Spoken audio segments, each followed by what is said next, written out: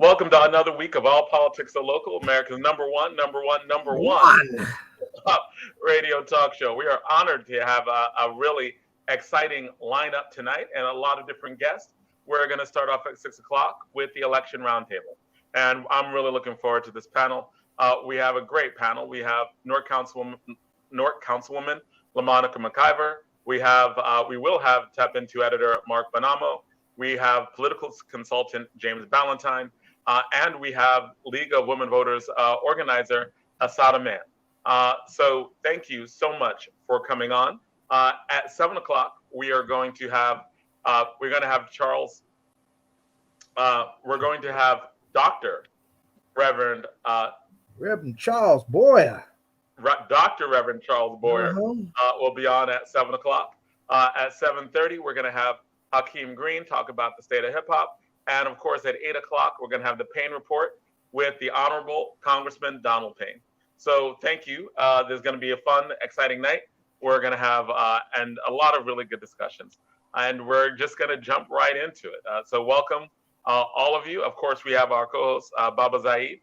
Hopefully, we'll be joined soon by the wonderful Donna Williams, who's always, we always love everything that she says as well. So welcome to All Politics Are Local, another week. And this election this week was the first time, it was wild, and it was the first time that we had, or New Jersey had early voting in this way. Like people voted by mail last year, but we had early voting a week before. Was that successful? Ask Phil Murphy if it was successful. Where you at, Phil? You know, like you better be coming right back to the hood with your hand out, baby. So early black vote saved your behind.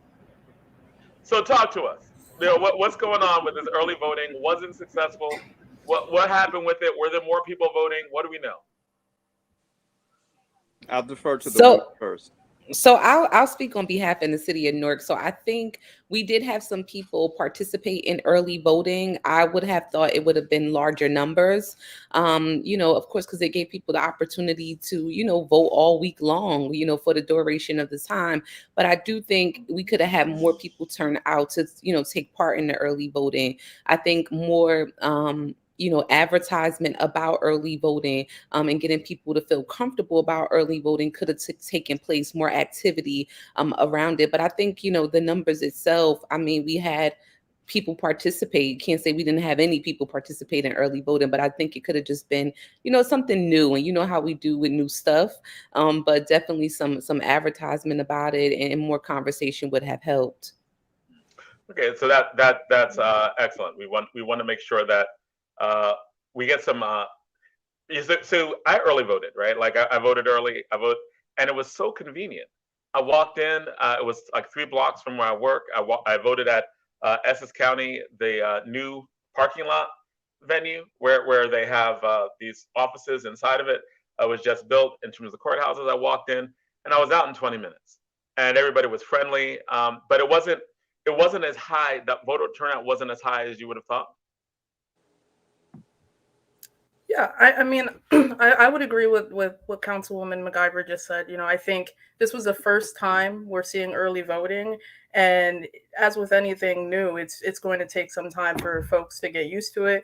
And really for more people to learn about early voting, right? I think the state invested about $1 million into letting people around the state know about it. But, we still found the League of Women Voters through our outreach that so many people didn't know about early voting. So, I think for the first time, we had over 200,000 people participate. And that's not an insignificant amount, right? That's 200,000 people who potentially might not have been able to cast a ballot on election day and could have potentially missed out in participating. So it's great to be able to provide new ways for people to access the ballot. Now I think what we need to do is really figure out how to make this work for more New Jerseyans, right? I think we definitely heard from folks who found that some of the polling locations that were set up weren't accessible enough, or maybe for certain counties and for certain towns, we needed more polling locations and in places that really match the culture, the voting habits of that community. So, I think it was great for a first time. we definitely have to invest more. I think another thing that we saw is that a lot of folks were learning about early voting while the early voting period had already started. And for a lot of folks, that was great. They were able to go in, cast their ballot, go home, and it was a great experience. But for a lot of other folks, they found that they weren't registered to vote, or their voter registration information wasn't actually updated for the place that they were able to, the polling location they should have voted. And so, that's something that really shouldn't be happening. We shouldn't be seeing people who want to be able to participate in the election and get turned away because their registration isn't up to date or they aren't registered. So I think, we have seen the state make plenty of strides to making the ballot, access to the ballot more accessible with early voting. But to make those systems more impactful, we need measures like same-day voter registration, right? So that more people who are learning about voting during early voting or on election day can actually participate. And I think things like that will help us see an uptick in the amount of people who are voting early. So that late registration, really, being able to register the same day that you vote or close to the time where you're voting, especially in terms of the early voting registration period, is something that you would advocate. Well, you got to remember there are a couple of things. Great comments, Asada. And let me start first by saying, I watch a few of the, talking head shows every once in a while. And one of the things that has always been sorely lacking are, one, women on panels, and two, and most definitely, women of color on some of these panels. So it's kind of nice to be outnumbered tonight. That being said, historically, New Jersey has always gotten its voter efforts right over time, and more often than not, sooner than later. So for like the past 30 years or so, no other state really outdoes New Jersey when it comes to like voter registration, voter retention, and all that other stuff. However, in North Jersey in particular, you have to remember we have a lot of urban districts, a lot of urban communities, and a lot of the transient urban voters switch locations so much. To your point, Asada, I hope I'm saying that right. That like if you were to do a phone bank to remind people to vote and things like that, and you're using call sheets, you'll find that in some instances, 40% of your call sheet's going to be outdated because the person who you're calling have moved from that location. What are call sheets? Like I know that like you worked on many campaigns. So call sheets, what are they and why are they important? So call sheets are generated usually by a vendor, and they use different sources to get information on people that live throughout the state. And they're usually in chronological order, alphabetically by address, by precinct. So, Councilwoman, I don't know how many wards are in the precincts are in the central ward, but however many ever there are, you would have those amount sets of call sheets with the person's name, address, phone number, age, if it's available, so forth and so on. But you can never get, somewhere like within 80, 85, 90% striking distance, because a lot of the time, by the time you get that recently generated call sheet, it's outdated because that person has moved already. So we have to do a better job in tracking our potential voter, because a lot of people are voting out of district, which has always been a problem. But I think Asada was absolutely right. This was a pretty decent first effort. The good news is that New Jersey has historically always gotten its voter efforts right. So much, in fact, that the DNC and all of the national apparatuses usually always send New Jersey's field operation money and voter registration money first, because they know we're going to do right by them. Okay, that's cool. We were just joined by Mark Bonamo, and the editor of TAPintoNewark. We were asking about early voter registration. Was it successful or not? So, what was your opinion about early voting in New Jersey, in New Jersey specifically? Wow. Well, if this election does not interest you and what happened, you're basically, if you follow politics, you're just not alive. This is one of the most fascinating things I've seen in a long time, both in terms of statewide, in terms of what happened in South Jersey, and what happened up here. My general experience with early voting, when looking around the city, I think was relatively positive. I normally vote right across the street from St. Lucy's Church on 7th Avenue, not too far from the Clinton Avenue pool, but a steady stream of people there. I also wound up helping somebody vote up by Branch Brook Park. Again, this was all early. This is Friday or Saturday for the election. And this polling station was technically in Belleville. It was at the Cherry Blossom Center. Again, a steady stream. On the Sunday before the election, I was in Weequahic Park. And the new rec center they put there near the football field and track was, again, I even saw some people coming out, into outside the door into the street a little bit, and there was at least 5 to 10 polling stations in that place alone. So I think a lot of people used it. I interviewed, there was a Halloween thing going on at the park, and a gentleman was there, lives in the neighborhood, Weequahic section of Newark, and he's there with his daughter, and the daughter was, they were there for a Halloween event. The Weequahic Sports Authority was running something, and she was like, "Daddy, let's go vote." So you're going to pick up people like that, like it's foot traffic, almost like a restaurant. You look in the window, you see something interesting that's going on. In terms of how does that trickle down, all these individual little moments, these little tiles in a mosaic for the bigger picture, that's hard to tell. Because I think a lot of what you saw in places like Monmouth and Ocean County, where the numbers were actually better for the Republican challenger, Jack Ciattarelli, than Chris Christie at his height. There is real anger out there. And I'm not sure what you saw in the cities is that same type of people getting fired up to, bombard the polls or to go early because they really want to make sure their vote's heard, because we have to get Murphy in because, Ciattarelli's, the worst thing we've ever seen. That type of fire. Yes. So that actually leads it to the next question and the next part, right? This early voting and this election, it seemed, did it help? Is it one of the reasons why this election was so close? Often we think that early voting is more of a progressive thing, and it will help. It will help get more people out, and it will be better for cities, et cetera, right? But in this, and this is a real question. Does early voting and giving greater access to the ballot, is it just universally get voter turnout up?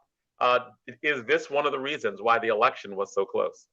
They talk about how nationally that the Republicans tried to suppress early voting, right, as a political weapon against communities of color. Okay, there's certainly a credible argument to that to be so, but never watch out for what they wish for, because I do think early voting, that tide of, I think, frustration and anger that you saw directed against Governor Murphy, that's certainly one of the factors in what happened here. They were able to use early voting to express their ire. The only polls that ever really matter is the poll on election day. You tell me somebody's up by 10, I'm thinking, no, they're really up by 5. Mark, you're absolutely right, because the last poll that I saw before Election Day, Murphy was up 8 points. Yeah, there you go. And Councilwoman, to that point, right? Of why do you think the election was so close? You were looking at a lot of the polls in Newark, and you commented at Newark before. How was voter turnout and voter excitement here? Was it a matter of what was going on at Utah? So I think the excitement here in Newark was low. I feel like, number one, Republicans were very energized and very excited about the race, and they came out in large numbers to vote. I mean, all over New Jersey, but especially in those Republican cities and counties. But I think ultimately, like here in Newark, I think the excitement about it was definitely low. I think that we did a lot of push on early voting. Even I was advertising it a lot and, pumping it out to my constituents about being able to get out and early vote. And we even had transportation available for early voting. And so we did get some people to participate. But I think overall, being out there talking to some people, they just were not, excited about it. Some people, for different reasons, felt like Murphy had it in the bag. So it was like, okay, I'm not going to make a priority to go vote, and then some folks just was like, oh, I'm just, I'm not interested. And, that's just a kind of a natural thing sometimes in our neighborhoods with voting. I think people look for some excitement to really, want to get out there and go vote. And the numbers overall just were not at the numbers that I would like to see. And I think that we needed to see definitely Newark, brought it home. Let's be very clear.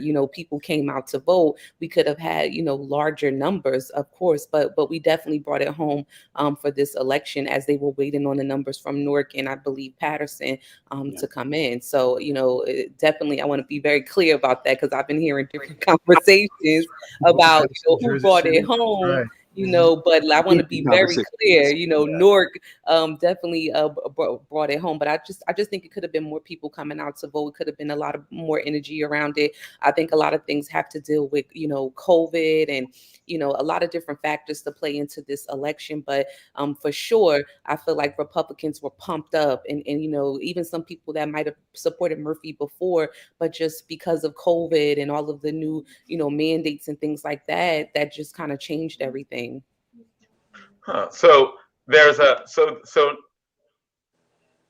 it was brought home, right? Like now, when you say like Newark brought it home, what Newark, Camden? Why was that the difference maker? Well, because you need the wall. Democrats depend on at least 3 counties truly busting out the vote. That would be Essex County, Hudson County, and Camden County. And it's not just the absolute numbers, it's the plurality, meaning the idea of, okay, the Democrats get 100,000, say speculatively, in Newark, or excuse me, in Essex County, and they get the Republicans get 30,000. What matters is that gap. Simple math, 100 minus 30, it's 70,000, that plurality. That is the chunk in which you gain. Now, as it turns out, in Essex County this year, the plurality was 72,000. So when you see those polls, I'm like, uh-oh, Chitterelli's up 60 to 70% of the vote in, and he's got a lead of, 50,000 votes. Well, if this voter bomb is going to come in from places like Essex and Hudson and Camden, then the Democrats will still win. They will survive. They count on those counties to build that wall. The question is always, and particularly in an election where we saw it was this close, does the wall hold fast? Does the wall stand fast, or does it crumble? Asada, I want to bring you into the conversation. What do you think about in terms of earlier voting? Why was the election so close? What can we learn from this? Yeah, I mean, I think like others have said, the election being close really came down to voter turnout, right? And when it comes down to it, a lot of people still decided to stay home. A lot of people did decide not to participate.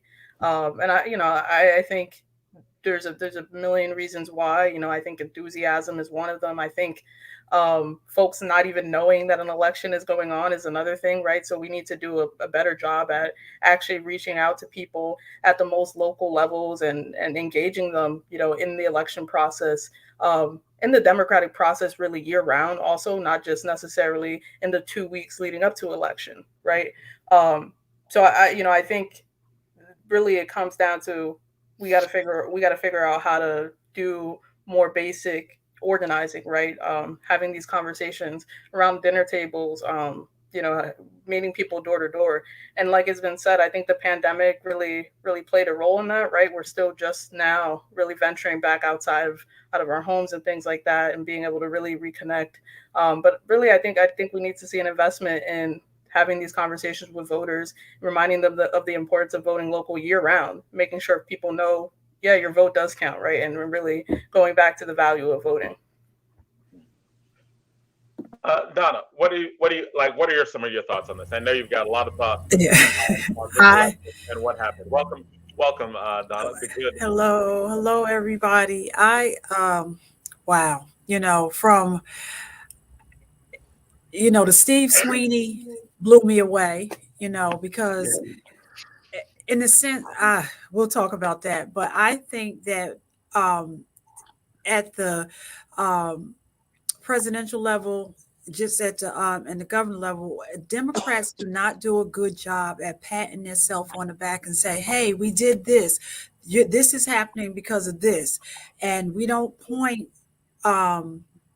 our accomplishments and the results thereof. I'll give you an example. I don't think Governor Murphy patted himself enough on the back by doing an incredible job at giving persons that are on parole and probation the opportunity to vote. There has not been enough education. As a matter of fact, I had a young man come in to the office the other day needing help filling out paperwork, and he received paperwork from the county that was outdated that says that a person on parole and probation still can't vote.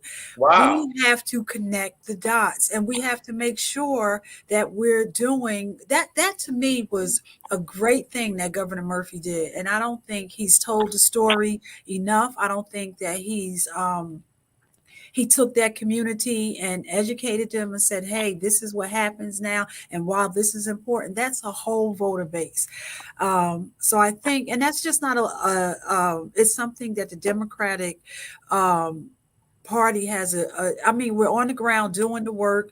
We're helping those who need the help. We're passing legislation, making sure that the legislation leads to immediate help in the households, but we're not telling the story and helping people to understand, and what does that result? That results in another party getting to appoint Supreme Court justices. It results in South Jersey. Now, you would think Sweeney, he should have been well on, whether it's the Republican side or Democrat side, because he plays it close to the base. He's a Labor candidate. And that was very surprising. So Well, I think what happened with Sweeney, because that has come up twice. What's up with Sweeney? What happened? Let's have a conversation about that. but not, what do you think? I think the chickens came home the roost. I think two things happened there, John. That's not Mr. Mohammed's got a point. Wait. Did Sweeney win? Did he lose? Was it close? Explain what happened with Sweeney. Sweeney lost. Sweeney lost. But there were two reasons, in my opinion, why. But what does Aid just say? Chickens coming home to roost. Y'all the guests, we want to hear what y'all have to say. I made it plain very quickly. We want to know what y'all say. Okay, go ahead, Mark. Often, and for you guys who are over 40, you can remember some of this stuff. Mm-hmm. All too often. Oh, James, sorry. Large personality type incumbents can often lose a little bit of touch with what's going on back home. It happened to Tom Foley, who was the Speaker of the House in '94 during the big Republican wave with the Contract with America. I don't know if you guys remember that. Right. We lost a lot of national figures that night. We lost Ann Richards, who was the governor of Texas. We lost Tom Foley, who was the Speaker of the House. And we lost Mario Cuomo, who was the governor of California. I think most recently, and I forget the guy's name, he was the budget chair of the Republican Party in Congress, and he lost like 4 cycles ago. No one expected it. No one saw it coming. So there was that, because, he wasn't quite sure. You got to remember, 4 years ago, NJEA spent $5 million to unseat this guy, and Sweeney demolished them. So, you got to wonder, what happened within a 4-year period that, there was such a change.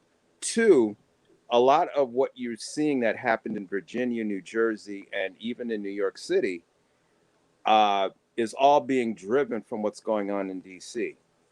1,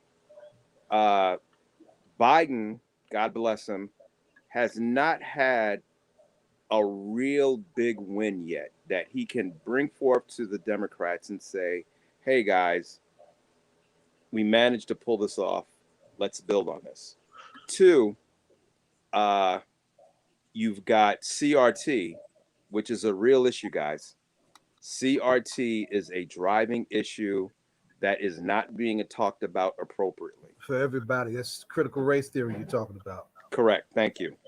And then I think 3, and I referenced it earlier before, we have to start gauging, what people are really thinking correctly. Understand one thing. Women represent 50% of the electorate base, whether you're talking about Republican or Democrats, but collectively it's 50%. Suburban women, even more so, if you're going to break it down demographically. If we don't start addressing, the issues that are affecting suburban America, we're going to be taking losses for the foreseeable future. And I think, thirdly, the progressives and the moderates within the Democratic Party have got to figure out how to, 1, get along, and 2, communicate a collective message to their base. And James, while you were talking, Shay Coulter posted he got talking about Sweeney. He got unseated by the working class, but the irony is Sweeney is the candidate who would represent the working class. So that's the irony. Mark, but what you were going to say, what was your thoughts? Well, when people talk about New Jersey being now a blue state, it is a blue state. It's a blue collar state, right? Here's a headline for you, right? So Republican Ed Durr, D-U-R-R, defeats Democrat State Senate President Steve Sweeney. Here's the shorter headline. Trucker beats welder. Right. Exactly right. So there you go. I think people got to the point down in South Jersey, and look, I find South Jersey fascinating. They've got butterscotch crimpets. They've got the, home and the different accent. They got Royal Farms, delicious gas station chicken. It is a place unto itself. But remember how far south they are. Cape May is just about the same latitude as Baltimore. You're getting down there. So you had a situation where, George Norcross, the South Jersey power broker, longtime friend and ally of Steve Sweeney. They used to ride bicycles together back in Pennsauken in Camden County growing up. It's a real alliance. People look at that, and you're living down there in Gloucester County, maybe West Deptford, Philly suburb, but maybe you're getting deeper in, towards the Pine Barrens, or, Salem County is in that district too, District 3, still largely agrarian, not that many people. And you're struggling, you're struggling really hard. And you want to talk about critical race theory.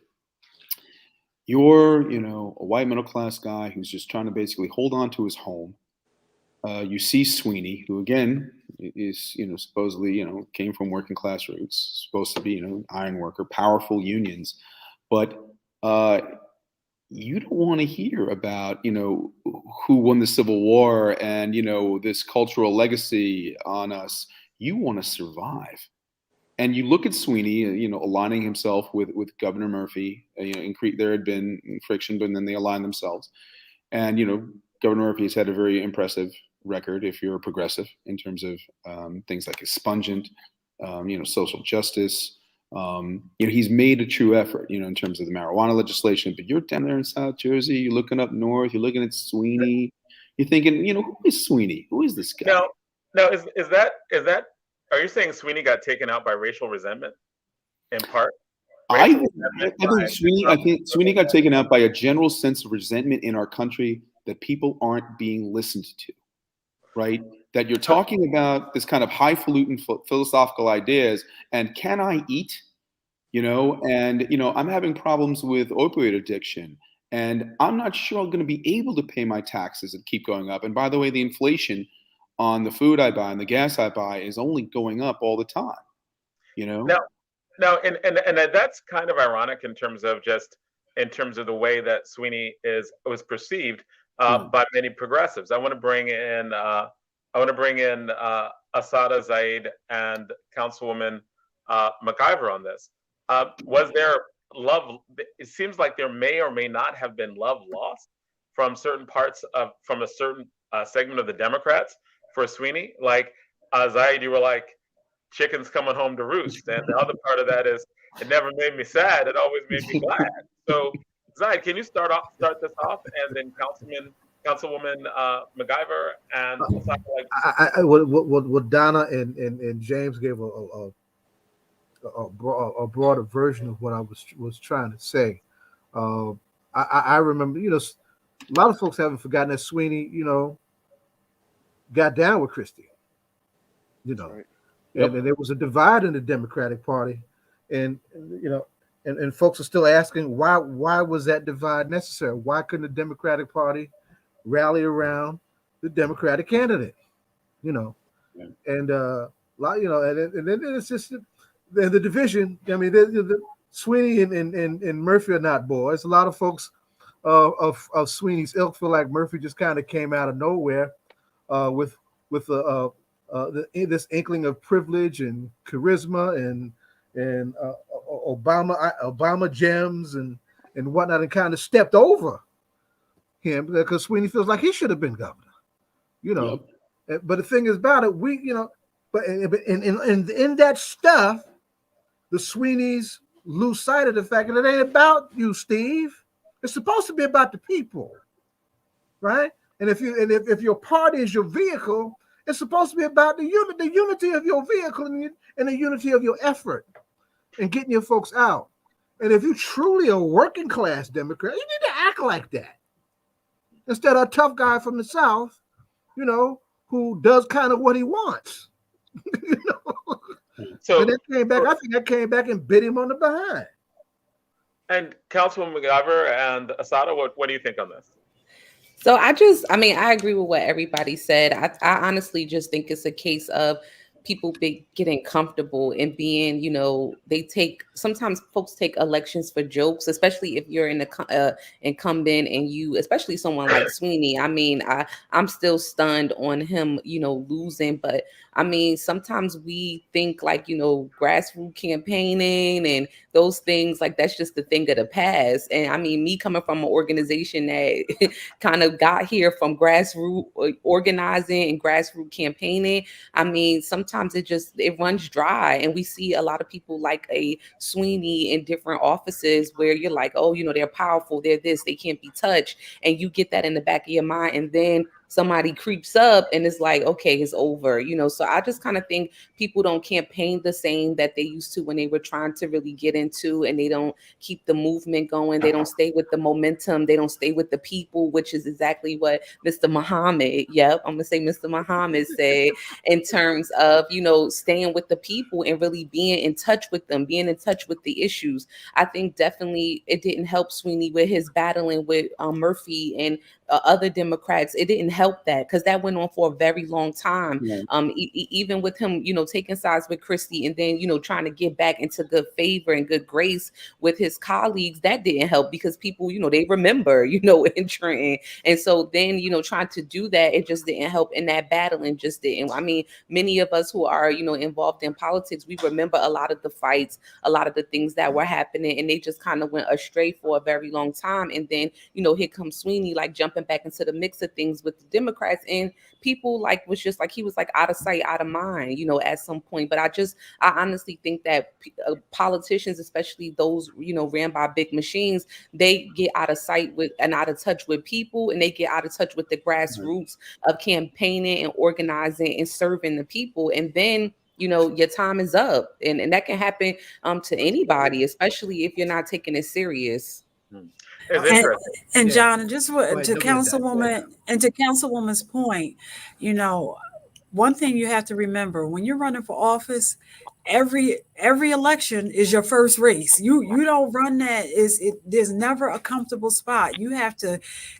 And you couldn't have said that better. You can't take it for granted. You have to run that third race like it's your first race. Donna is a 3-time city council person, true working class, and ran like that in her community 3 times in a row. And in the last election was the top vote getter in her town, right? So that means a lot coming from somebody like her. I was going to say this, and James, I want you to appreciate what I'm saying, right? I think that, Sweeney is an example of chickens come home to roost, but chickens been coming home to roost for the Democratic Party, in my modest judgment, since the Contract of America days, right? Unfortunately, and I'm not excluding Black Democrats from this process either. There's been this tendency to just do the big wave, the national election, the presidency, and not continue to push in that very basic grassroots way that the Councilwoman is talking about in between those elections. Meanwhile, we on radio. Let's have some radio, just to give this a radio analysis, and radio is a mobilizing tool. Y'all remember Rush Limbaugh, right? Rush Limbaugh and folks like him turned AM radio into a mobilizing machine for the right, while folks on the left, and I'm including my radical folks too in this equation, and so-called progressive Democrats, kind of took it easy. Oh, those guys and their ideas, they're so outdated, they're crazy, nobody's going to listen to them. A whole lot of folks listened to them. And a whole lot of those folks voted for Chiarelli in this election. Absolutely. And voted for the Durs and all these other folks. Democrats lucky they didn't lose more ground. No, January 6th didn't fall out of the sky. No. 73 million people voted for what Donald Trump stands for. And they're not finished. I want to bring this back to Mark, you talked about critical race theory, which I was like, it's not a real issue in terms of what's being actually taught in high schools, because unless they're just talking about history. Like as a debate coach, I do teach critical race theory, right? Like I teach it, we coach it, all the other stuff. But it's usually not part of most high school curriculums, right? Like when they're saying it, they're just talking about race. It's really not a substantive issue. They can't name any author they're talking about. If they name somebody as Toni Morrison, the Nobel Prize winner, like, isn't that really about racial resentment? And what role did that level of racial resentment play inside of this election? Well, it's interesting. Every 4 years, American politics takes a timeout in November to watch 2 gubernatorial races, right? New Jersey and Virginia. And in Virginia, the questions of vaccination and curriculum really came into place and were, I think, a very serious factor in Republican Glenn Youngkin taking out, very prominent Democrat Terry McAuliffe. These things, in certain ways, race is always there in our society. Often, unfortunately, it is a destructive force as we come to, a reckoning with race in our country. But it's something that definitely needs to happen. I think what happens is that things like critical race theory become like a bugaboo. You're already frustrated by your property taxes, right? You're already feeling like no one's listening to you. You've been told by Governor Murphy, and I credit him for this by saying, listen, yes, I am going to raise taxes, and this is a high tax state. Maybe this isn't the state for you. Maybe you should leave. People hear that in counties like Somerset County, and which I think still went, barely, nor not by a large margin, Democratic, but it was a very close run thing. In Monmouth and Ocean counties, the people who live in Monmouth and Ocean counties who are, say, like myself, white ethnic Catholics who grew up in places like Newark and Jersey City and Patterson, and then migrated down there, were maybe originally Democrats, crossed the 195, highway, crossed the Driscoll's Bridge, and ultimately became Republicans. They're already feeling aggrieved. Then you're saying, wait, I've got all this pressure on me anyway, and whatever the racial feelings are, and now you're going to throw critical race theory at me on top of everything else. It becomes like literally the straw that broke the camel's back. It's the final thing to them that is, But I think what I'm getting to is the actual critical race theory is just not real. Like, it's not an issue, right? As in, like, when they say it, it's meaningless. It's right. But John, you're talking about perception. Thank you. Perception versus the impression reality. of it. Right. Right. It's the impression. So it's it's an intangible thing in that, and Mark hit the nail right on the head. You can't touch it, you can't feel it, you can't smell it. Like it's like a mist, but it exists. And one of the things that Republicans have always kicked Democrats' butt on is perfecting its messaging apparatus.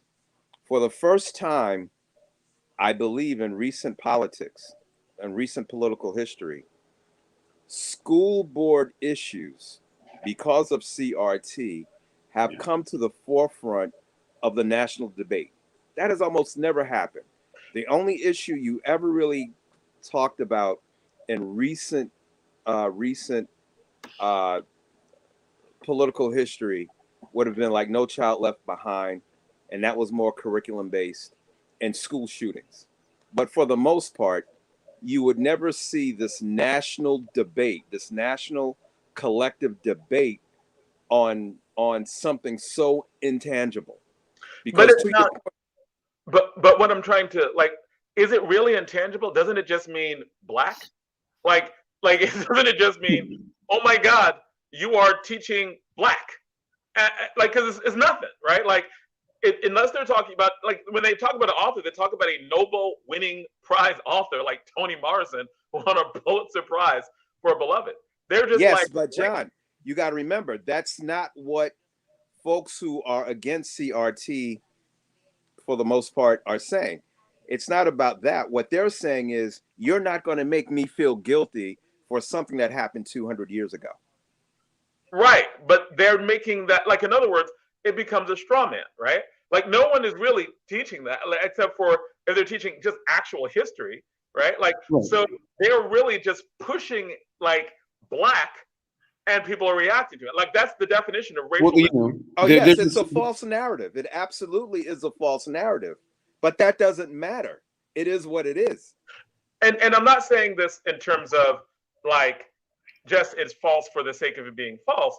I'm saying that what Democrats probably have to deal with is there is racial resentment that is not rational that you're dealing with. It's not like you can make a reform in the school board and appease people, because that's not. It's just racial resentment. It's black. Well, you want to talk in the framework of black and white. It's also going back to New Jersey and Virginia.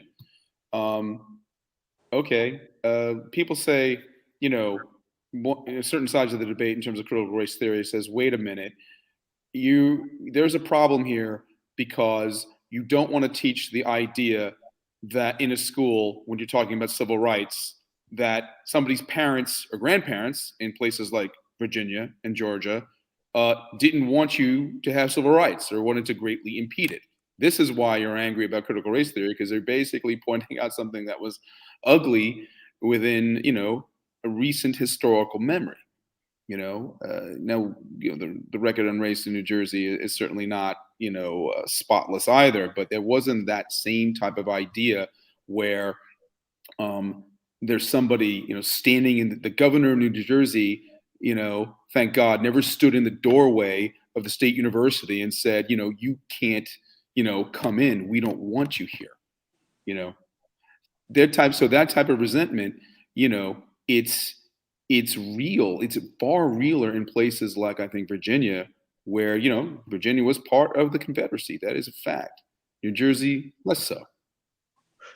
So when it comes to like where we are at now, like who are the winners and losers, and what happens with the governor, with New Jersey Democrats or the Democratic Party, and the lessons they draw from this.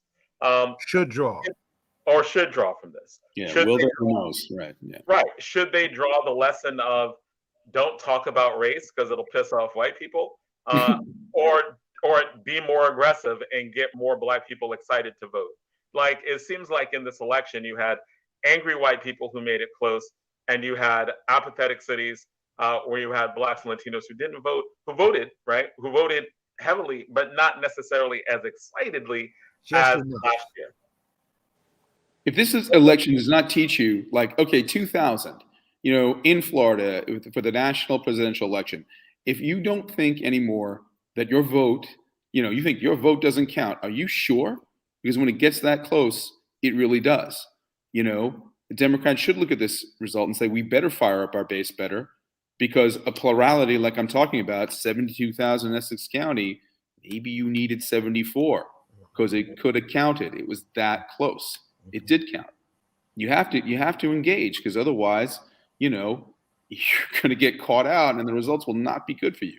Yeah, I was just going to say, I'm going to agree with Mark on that. I just honestly think we just need to do a better job of engaging folks in the election process and engaging them into the specific elections. I think we just take a lot for granted, or, Democrats and politicians in general take a lot for granted, especially incumbents that are on their, third and fourth and fifth term.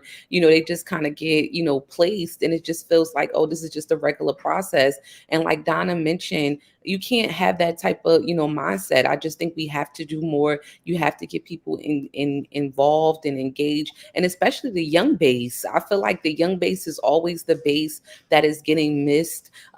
People, I know Phil tried to, do that. I mean, Governor Murphy tried to do that, and, some places, especially with bringing in Bernie Sanders and trying to engage, going to some of the universities. But I think there's a lot more base to touch. And I think definitely Democrats should be looking at this like, look, we have to do a better job of activating our base, getting them active, keeping them active and engaged, so that we can get the numbers out more than ever. I do like the idea that Asada talked about, just in terms of, on the spot registering to vote, or at least extending the deadline closer to the election.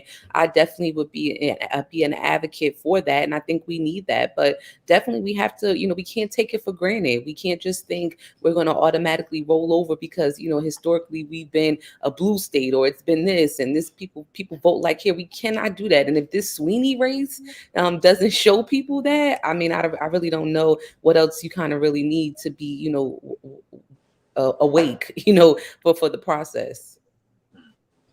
And there are two parts to this, guys. You got also, the other piece to that is these folks that are incumbents have to produce. You got to remember, that's a big part of this. And so while it may not be fair to fault, the folks in DC, including our president, for not having a big win yet, it's a factor. One of the things that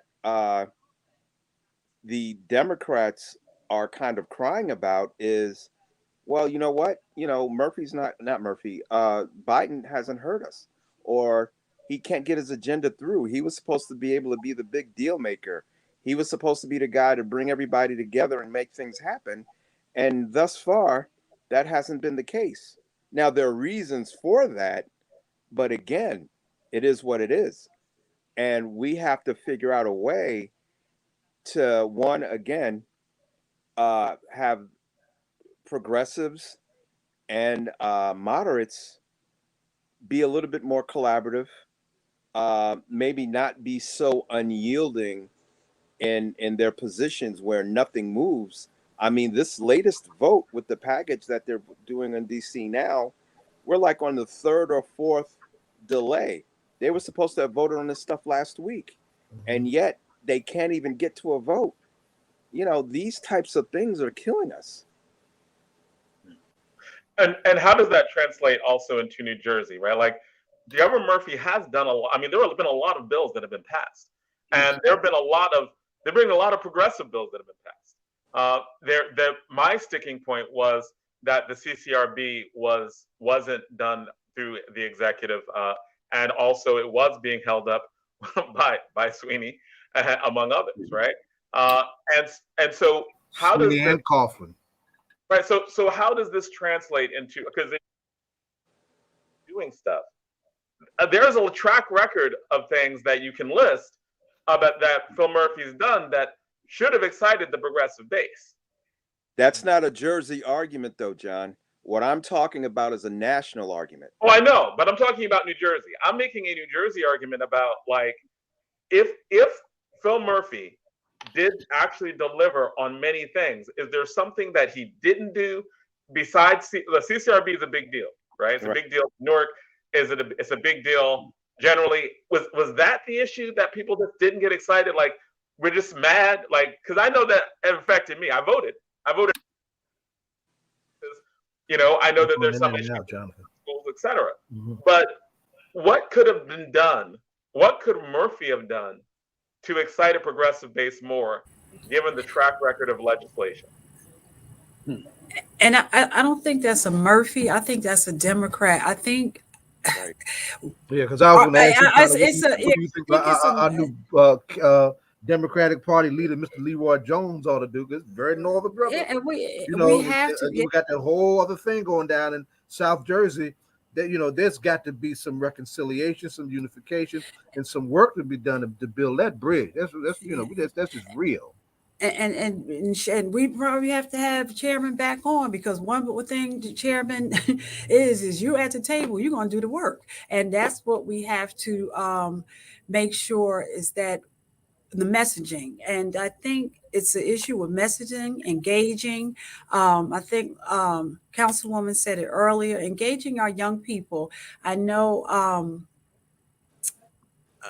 Governor did at the latter part brought Bernie Sanders in, but I think we have to do it often. I remember it almost at some point, and Mark, you may speak to this and James, but at some point it almost reminded me of when President Obama ran in the 2008 and 2010. It almost started to look, the same in a lot of the areas. It was like, I can remember Obama working harder campaigning in Jersey than the governor himself at some time. I think Obama had came 3 times when when we had that election in 2010, the midterms. So I think we have to get engaged, stay engaged, and we don't have to, we shouldn't be about getting ready. We need to learn how to stay ready.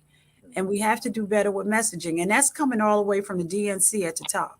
But how do you stay ready when you're divided? Because I think what you're going to start seeing is the same, all politics are local. True. Right. So this is going to funnel down. The national debate of what's happening to the Democratic Party goes down to the state, goes down to the county, goes down to the cities, goes down, ward by ward, block by block, because, I see what's happening. And, I have a question, in the state of New Jersey right now, who's going to be the new state Senate president? I mean, for the state Senate president. Get to that, yeah. Who's going to be the new, everyone assumed Sweeney was going to be the gubernatorial nominee for the Democrats 4 years from now. Who's it going to be now? Things are wide open. It's been blown wide open, because of what happened with Sweeney. So now to see which wing of the Democratic Party is going to win in New Jersey, it's going to be just another one skirmish point in the battlefront you're going to see for the soul of the Democratic Party nationwide. Well, the good news there, Mark, is God willing, because of the protocols that have always been in place on leadership in Trenton, hopefully that may naturally work itself out for the most part. Because, that kind of goes by geography, right? What region has what. So if you have a Speaker of the Assembly from North Jersey, then the President of the Senate's got to be from South or Central Jersey, right? So God willing, hopefully some of that will just work its way through just out of a natural conversation, God willing. I think the bigger question is, can North and South Jersey figure out a way to collectively battle together against this national trend? That's the real question. Because we got killed in South Jersey. There's just no getting around it. The good news is Passaic County, Bergen County, Essex County, Union County, Hudson County, we have very strong, like them or not, we have strong county chairs. They may not always be on the same page or whatever, but at the end of the day, they know how to get the numbers that we need to get. Historically, your South Jersey candidates have been more conservative, and their message, even when they're candidates for statewide office, haven't been received well from the North Jersey contingency. So that's a dynamic that I think we may need to fix. And so I know that we're ending. We're starting to come to the end of. Yeah, because I had some more questions. But definitely, and we do have like 5 minutes left, so we're going to be able to get in those questions. 2022. What does this mean for 2022? Yeah, so and I want to direct that to Asada, because Right. I think that if we're talking about questions of turnout, if we're talking about questions of getting voters involved, I know that you came with some suggestions in the beginning. What are some ideas that you have that the League of Women Voters may be working toward to get a lot more voters involved than we're involved in? And aside, and as a young person too, just speak. Are you, what do we need to do? That's Asada LaMonica both. Yeah, I mean, I definitely don't have all the answers, but I don't speak for all young people, but I mean, I agree with a lot. That's all. Yeah, I agree with a lot that's been said on here, right? I think, I feel like folks are lacking enthusiasm. There's definitely, basically a feeling of elected officials aren't really listening to what we care about, right? What we think. There's not real campaigning at the grassroots level happening. You all have said it. And I think one of the reasons for that is incumbents get complacent, they feel comfortable, and they feel protected by the ballot line, right? I don't think that's something we talked about tonight, but for a lot of these candidates, especially who are drawn in very safe districts, and where the county machines are so powerful and so strong, they're not really engaging voters, and they're not really going out there and campaigning and really working for the vote. So you think we need to get rid of the lines, like line A all the way? Like, I hear that's a New Jersey thing. Does that need to go? I definitely think we need some ballot reform. I mean, the way that New Jersey the way we draw our ballot, it's unique. It's very, very undemocratic, and no other state is doing it exactly like this. There's really no reason that we can't group offices, candidates on the ballot by office, right? And I think, you probably, this might even be part of the reason for what we saw in the Sweeney race, right? But one part of that upset is if Sweeney felt very comfortable about being on this line and not really being accountable to the voters back home, being tuned into the issues there locally. If you have a very strong line under Jack Ciattarelli, right? You have candidates down ballot who can ride off of that, and that could be part of what we saw there too. But I think candidates need to really start caring about what voters care about, right? And delivering. We see a lot of folks campaign on issues, but they never deliver, right? We never see those things actually come to fruition. And I think we need to see candidates showing up all year round. I think the councilwoman mentioned Phil Murphy bringing in Bernie Sanders a few days before the election. And so you had I think 600 students show up at that rally, but really that's just a fraction of the young voters that are out there, right? And then people are finding out about these elections literally days beforehand. People are not engaged year round. So I think we need to see more of that. We need to see more of an investment. Yeah, that's where I'll leave it. we have 1 minute left in this section, and there are only two people who have never been on this show before, and I want to definitely try to ask them this last question before we run out. This is a political hip hop radio talk show, and the last question that we always ask is, who is your favorite hip hop artist, individual or group? I think everyone on this panel has answered before, except for Asada and James Ballentine. So, James, you first. Who's your favorite hip hop artist, individual or group? Probably Salt and Pepper. Oh. Wow. Wow. Okay. Asada's answered the question. I feel like I've been on here. I might have answered before. Oh, that's right. Yes. It definitely changes every week. Who's my all-time favorite? I don't know.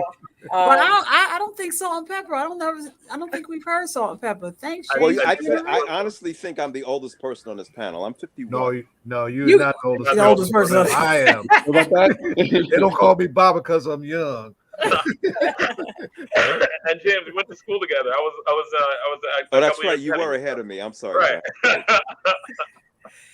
All right. So and now that we got So, James, can you remind us?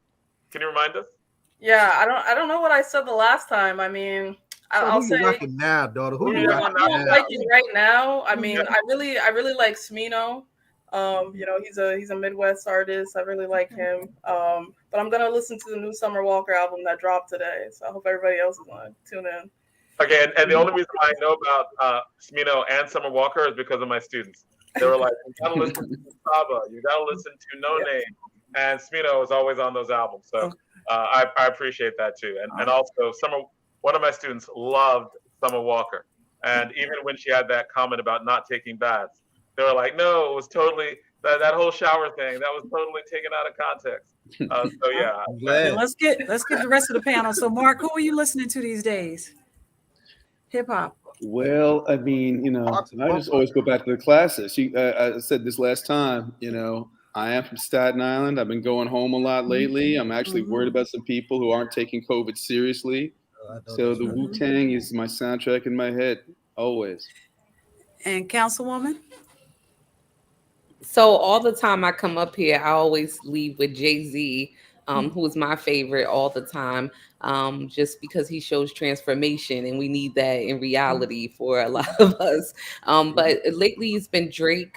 Definitely, I feel Drake, he gives me like some buzz a little bit, and I'm definitely interested in listening to the new Summer Walker album. Although she's not hip hop, she's more R&B, but definitely want to catch up on that album this weekend. Okay. All right. Well, thank you. Shout out to DJ Rhino, who's not with us, but he's got something else he's got to do tonight. But our own DJ Rhino, we're thinking about you, little brother. Yeah, but we will give him this information. And Mark, and we are getting ready to move on to the next section. So we're ending up. We're closing it off. So thank you so much for coming out for us. We've got to have you back on again. This roundtable was fun and informative. So thank all of you for coming on. Thank you. As always, thank you so much, Jonathan. Thank you very much. See you, Mr. Muhammad. and Mark, and Mark. So our next conversation is going to be about Pete Davidson from SNL. Okay. Absolutely, but you know, the North Shore and the South Shore stand a little different. Colin Joe's a different guy. It's different stuff. Hello, Reverend Boyle. Okay. Hello, Reverend. Take care. Thank you, Thank you. Take care. No, thank you. Take care. Always great to have them on. Like that. This was a fun. That was a fun roundtable that we had. There was a lot of different perspectives, and appreciated all of them. So thank you. Thank you again for coming out, and thank you, Reverend Dr. Charles Boyer, for coming out. Did you hear anything? Were you in the background listening, sir? I just got on. All I could hear was all the fun. It looked like a real fun space. I think maybe I got here about a half hour too late. Well, we wanted to talk to you about the elections, and we wanted to ask you a lot of in-depth questions. We know that you are full of activism. You have been champion of many different causes, specifically dealing with prison reform and amongst a host of other issues that you champion. And this election, we wanted to get your take on this. You have been one to hold Phil Murphy to the fire. You have been one to I would never call you a Phil Murphy cheerleader in any sense of the word. So what did you think about the election?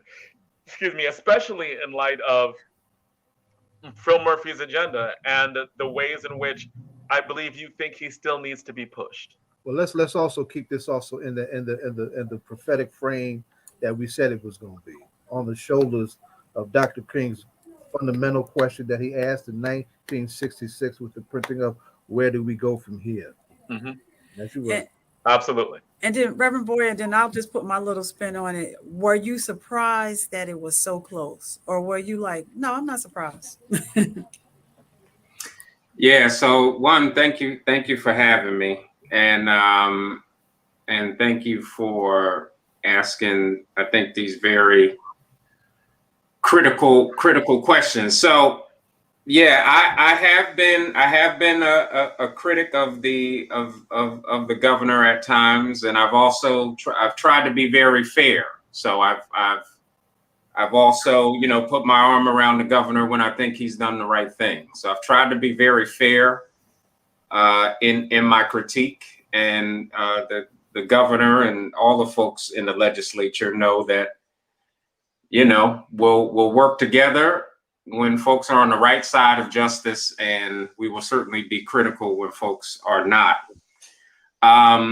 One thing is for sure, just to be very clear, especially in this time where one of our political parties has basically totally embraced racism and hatred of Black people. This certainly at the same time was not the time to not take a side. Even though we have a much farther way to go, I can certainly say that we would not be better off had the election not turned out like it did. I was not surprised that the election was that the election was tight. I was more surprised at the polls that were saying that it wasn't going to be tight, because history shows us there for 44 years there had not been a Democratic governor reelected, and even though there are plenty of things that still are left on the table, some things have been accomplished under this administration. And whenever that happens, there will be a white backlash. And that white backlash happened in response to what had been done through this administration, whether that be prison releases, whether that be the cannabis pieces, whether that be independent prosecutors, you name the pieces that are there, whether that be minimum wage, you name it, there's going to be a white backlash to that, and compounded by the presidential election, which is why New Jersey and Virginia have always voted out a Democrat up until this point. The thing that I am most upset about is the media coverage that somehow says that this is a repudiation on progressive policies. When I would say the narrative is quite the opposite.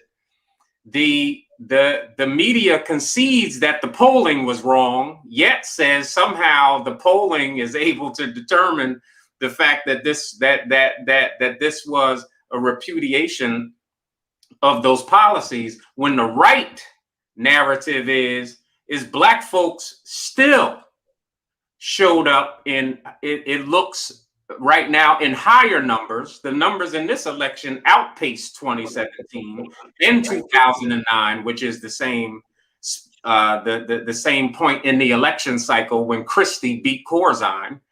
And what it shows is that in these majority Black counties, Black people once again, or I should say for the first time in a very long time, drug the Democrat over the line. And so whereas white conservative Democrats are using this as an opportunity to say we can't do CCRBs or we can't do all those things that the Black folks want, because ultimately it got us shoved out the South. I would say that the folks got shoved out the South because they wasn't doing nothing for Black folks, and that showed up in the vote. And that's why the white vote outpaced the Black vote in the South. And your most conservative legislators are out, and your most progressive ones, whether you agree if they're progressive or not, but on paper, the most progressive ones stayed in.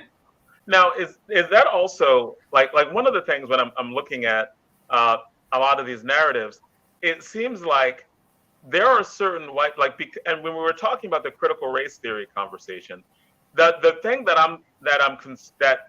I think people don't appreciate is that it's not about critical race theory, because for the most part, it's not a real. They're not talking about what's taught in college or what I teach in debate. Like the idea of Toni Morrison shouldn't be taught, right? Like they can't name authors. It just comes off as Black. And can we just say that it's not critical race theory? They're just anti-Black, and people never get their vote? And Jonathan, to that point, I think it was a good conversation about Virginia. It comes off, it's almost like they're scared of Black history being taught. That's what the fear is here. They're scared of history being taught truthfully. Exactly. It's not Black history, it's just history. Like American history. Like someone was complaining about Andrew Jackson being seen as someone who fomented genocide, and I'm like, that's the truth.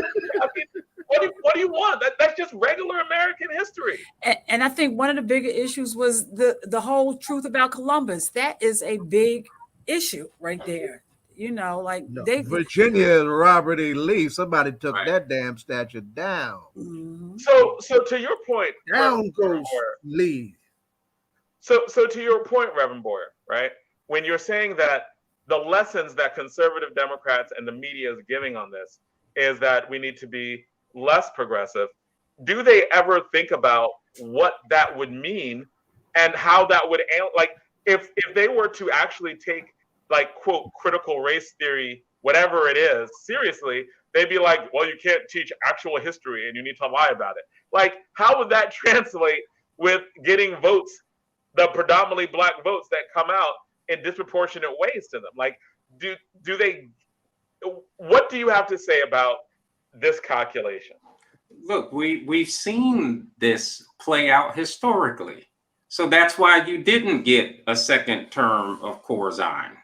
That's why you didn't. So every time that they have failed to do anything, and listen, the Murphy administration has a long way to go. We still got segregation in the schools. We got CCRBs. We got a disgusting racial wealth gap. Reparations have to be dealt with. But the few things that were done, we pushed. Folks here on this radio program, folks in the street, we pushed for a lot of the policies, but some policies did get done, more so than have been done. So we've seen historically what happens when you have a milquetoast approach to Black issues. And what happens is you're not going to get a second term because you do not excite the Black vote enough. Because you have to excite the Black vote enough to overcome the white vote. That's right. But you will get the white backlash. So I would say the Black vote wasn't even excited. Right. But we were enough engaged because we knew what the alternative was. Imagine what would happen if the Black vote was actually excited because you did more. You did the things that we're talking about now. So we've seen how this plays out before. And we see what happened in the South. The Southern Democrats basically got unseated because they actually coalesce around this kind of milquetoast, pussyfoot approach to Black issues.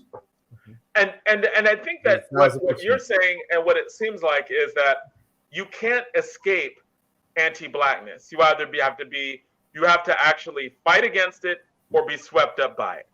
Exactly. You're either all in or you're not. And so look, at the end of the day, when it comes to and to the point, the whole critical race theory thing is all the day. Listen, the thing that has held this country together and held the lie of white supremacy together and structural racism together is the American lie, is the ability to suppress the truth about history. Once people know the truth, the American lie, the New Jersey lie, the so-called white supremacy lie unravels. And then there's nothing left to stand on. Reverend Boyer, one of our listeners, Josie asked, are you suggesting that Gonzalez, yes. Mm-hmm. She said, are you suggesting that Murphy excited the Black vote? What I'm saying is that Murphy had enough of the Black vote to overcome the white backlash. So he excited it more than the last sets of Democrats. That's exactly what I'm saying. I mean, there were some things when you look at cannabis legalization and the fact that reparations are at least laid out in there. When you look at 3,000 people being released from prisons, when you look at independent prosecutors, when you look at minimum wage, you can't honestly look and say that nothing has been done. And the voting too, and the voting exactly, and restoration of voting rights, and and yeah, we had to bring the pressure. Let's make no mistake, the people had to bring the pressure, but at least when it was done, the pressure was heard, the bills were signed, the thing is put in place. That gave at least more. And listen, there was you're not getting none of that under a Chitterelli. Let's just keep it real. So you have somebody talking about the critical race theory thing. Somebody, y'all. Somebody was like, no justice, no peace is a bad thing. Yeah. Say, oh, people showing up, no justice, no peace. Like, who says that? No, I mean, that goes to show you what the framework was. So there was enough. And so even a lukewarm black vote in New Jersey is enough to overcome a furious hot white backlash vote. That should tell folks something.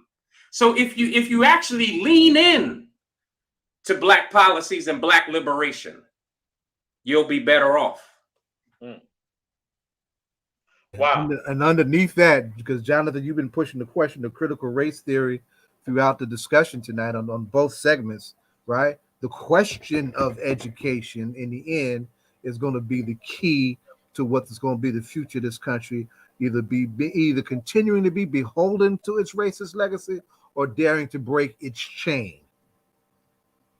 And I would say, I think we ought to, as our community, ought to make sure that we, as a part of every stroke of progressiveness that we push into the body politic, that it is underneath that is always the question of an education content that is as progressive as it could possibly be. And in New Jersey, where we have an Amistad Commission and the Amistad mandate, it is not supposed to be confined to black districts.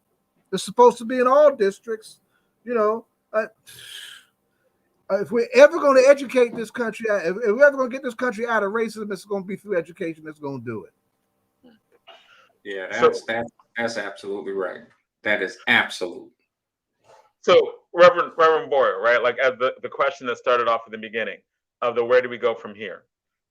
What are the demands that you believe need to be made of the governor in the second term? Well, certainly, there's a couple of issues from my purview that are absolutely critical. One, we need to push forward on police accountability.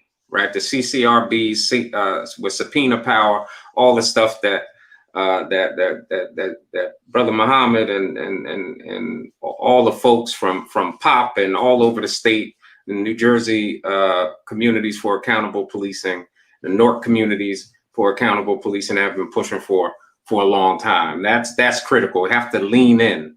On the issues surrounding education. We have to abolish the zip code barriers in New Jersey. We have segregated funding, segregation in the curriculum, which we've been talking about. We have a lack of black teachers. We have dilapidated schools in black school. How is it that New Jersey, and one of the things that the governor touts is that we have the best schools in the country, which is true, but what is not fully true. The truth is we have some of the best white schools That's in right. the country. There you go. Right? That's what it really is. But that education gap is huge, and the disparities are gigantic between a white school and a black school. That's the types of things we need to get at. The administration has actively worked against that with really Southern segregationist tactics and the lawsuit that we brought. All of that. Look, you in the second term now. That was part of a white backlash fear. God forbid we do something on school segregation. There was no getting a second term. Well, now that is not a consideration. That must be worked on. We have to officially abolish the drug war. We have to decriminalize possession and use, because listen, you can keep various substances illegal, but don't make people illegal. Don't criminalize people. A drug war that is rooted in other words, if you're addicted to drugs, you should not go to jail. Exactly. You should get help. You should get help and health and compassion, not prison. And so these are some of the top line things, and also expanding healthcare access, mental health care access. And we also need to look at things like alternative first responses. Rather than police responding to mental health and substance use issues, we should have professionals, community-led programs, expanding situations like the Newark Community Street Team. But we're talking about not even co-responder models, no police responder models, where police are off at a distance at best, on call if a situation goes. But anything nonviolent that's dealing with mental health or substance use, police should not even be in that immediate equation. Those are some of the things. And we have to deal with things like the reparations task force needs to be put in place. We need to have that discussion. To the point about education, the truth needs to be out, and we have to deal with the outrageous, egregious racial wealth gap. Those are the things that is left on the governor's desk undone that need to be taken care of in the second term. And what it seems like you're saying is that he should do this unapologetically without any fear, because the white backlash did its worst. Like that early voting worked for them like it worked for us, and they took advantage of it, and they came out in force. I believe the numbers in many of those southern than it was before for the Republican candidate, much even higher than it was for Christie. So if the white and if that backlash was so intense and so strong, and they still lost. Exactly. That's my point. Lost. That's my point. Then the question is, I mean, the governor should just do the CCRB stuff by executive, and then be like, yes, and then we need to pass it through the legislature so it lasts, right? Like, exactly. So you're saying that right now we should be more progressive, do more things to help the Black community. He survived, and we the reason he survived. And if you reward the people who helped you politically, and the people who were trying to get you out, like, what if the CCRB doesn't pass? The person who held up the CCRB, that didn't help him, right? Sweeney held up the CCRB, he's out. That wasn't enough. So what more do that?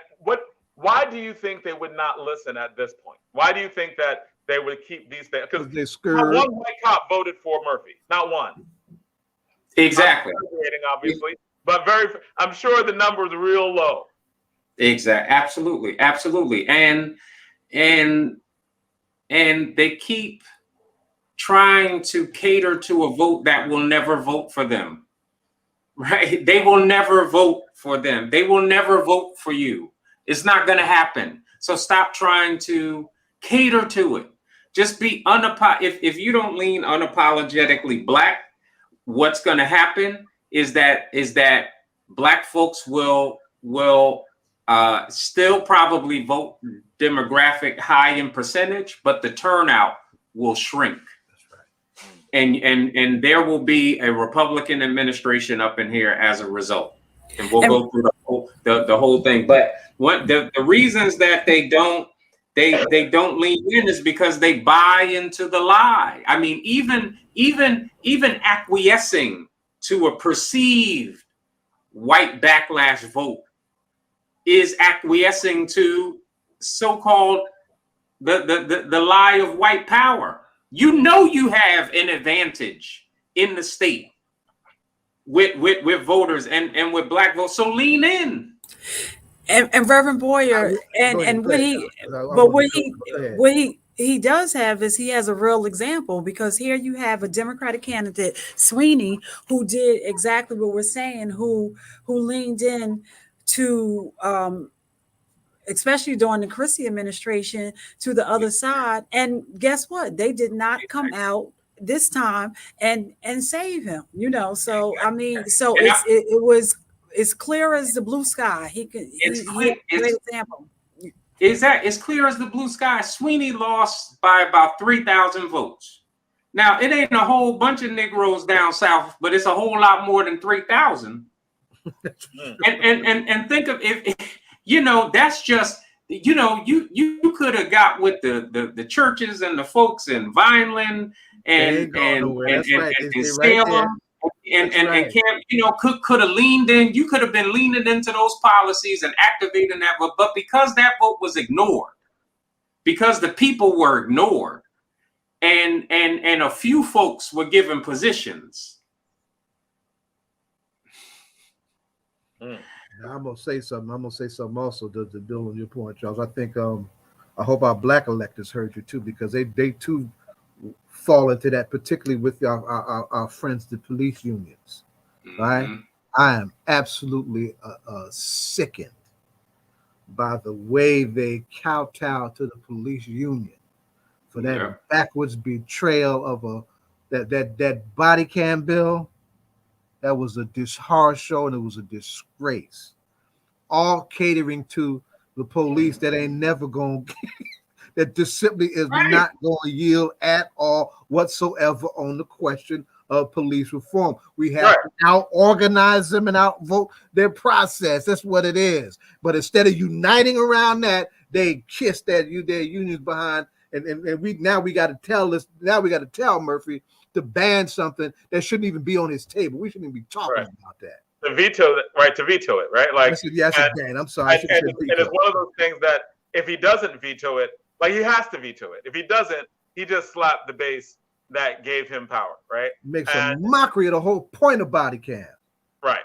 Clemente Pinckney was targeted and killed over the question of body cams advancing in the most backward state in this country.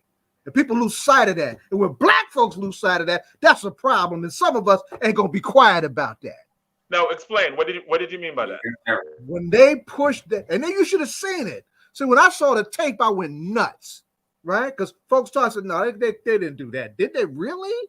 Yeah, they pushed it. I mean, they minimized folks' voices, raising the fundamental contradictions of what's wrong with it. Oh no, this is great. This is great. And they pushed this thing through literally just days after the anniversary of the Charleston 9 massacre, as if it didn't exist. No connection. So they just these white incumbents that'd be out of touch. Some of our folks get caught up in that mess too. Exactly, and they put some of our folks up as the poster child so that it'd be able to, thinking that somehow that would quiet down the black advocates. Now, in fairness to some, all politics being local, shout out to Senator Ron Rice, a former police officer, who said, this is caca, I ain't voting for this. That's right. Right? Shout out to Senator Nia Gill, right? Who should be in the conversation about being president of the Senate. You got that? Who stood up against that. Shout out to the outgoing Loretta Weinberg, who's trying to give us the police transparency bill, right? And to our beautiful daughter, right here for me, staunch Brittany Timberlake. They're the only ones that stood up against that. It was disgusting. And what we didn't talk about is Gordon Johnson got Senator Weinberg's seat, huh? This wishy-washy self. So and there because he was one of the people who is a problem. We're getting ready to get toward the end of the segment, but I do want you to speak on you talked about a lot of the policies that needed to be had. What do you think we need to do in order to make the governor? I think he just lost his connections trying to come back in. Yeah. Okay. But on that, and Jonathan, while we wait for him to come back in, do you realize that you're going in and out? Oh, I did not. Yeah. So if you see me go like this, I'll just let you know that means you're going in and out. Okay. All right. Cool. Thank you. And so thank you. I will try to fix that connection. But can you two just talk about like what needs to be done to really bring that out? That whole point of they're just not that into you. Like to the white statewide elected politicians who are constantly scared of white backlash. They get white backlash, and the only thing they're going to get white backlash anyway. What needs to be done to actually bring this home for them. They have to embrace a progressive vision and dare to unite around it. And they also have to capture their identity, right? See, the Democratic Party, and you know, all due respect to you Clintonites, right, went to the right under Bill Clinton, went to becoming an affluent Democratic Party, as opposed to being the party that's supposed to be the party of labor, right? It doesn't show up in practice like a party of labor and for what's progressive the way it had formerly, you know, particularly at those critical turning points in our modern history, in the Depression era, in the so-called Civil Rights era. You know, those were certain turning points that turned on the party having a certain kind of identity and having some semblance of unity around it.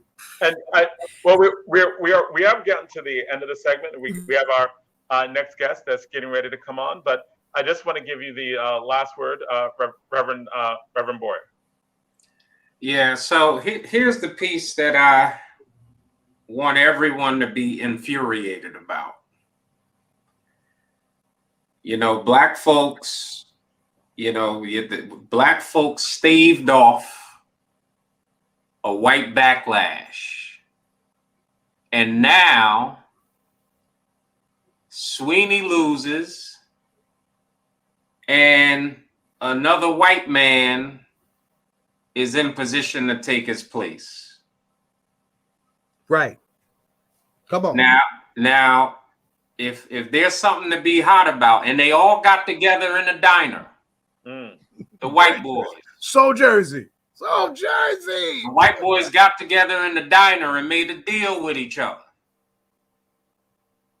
to put another white boy in power.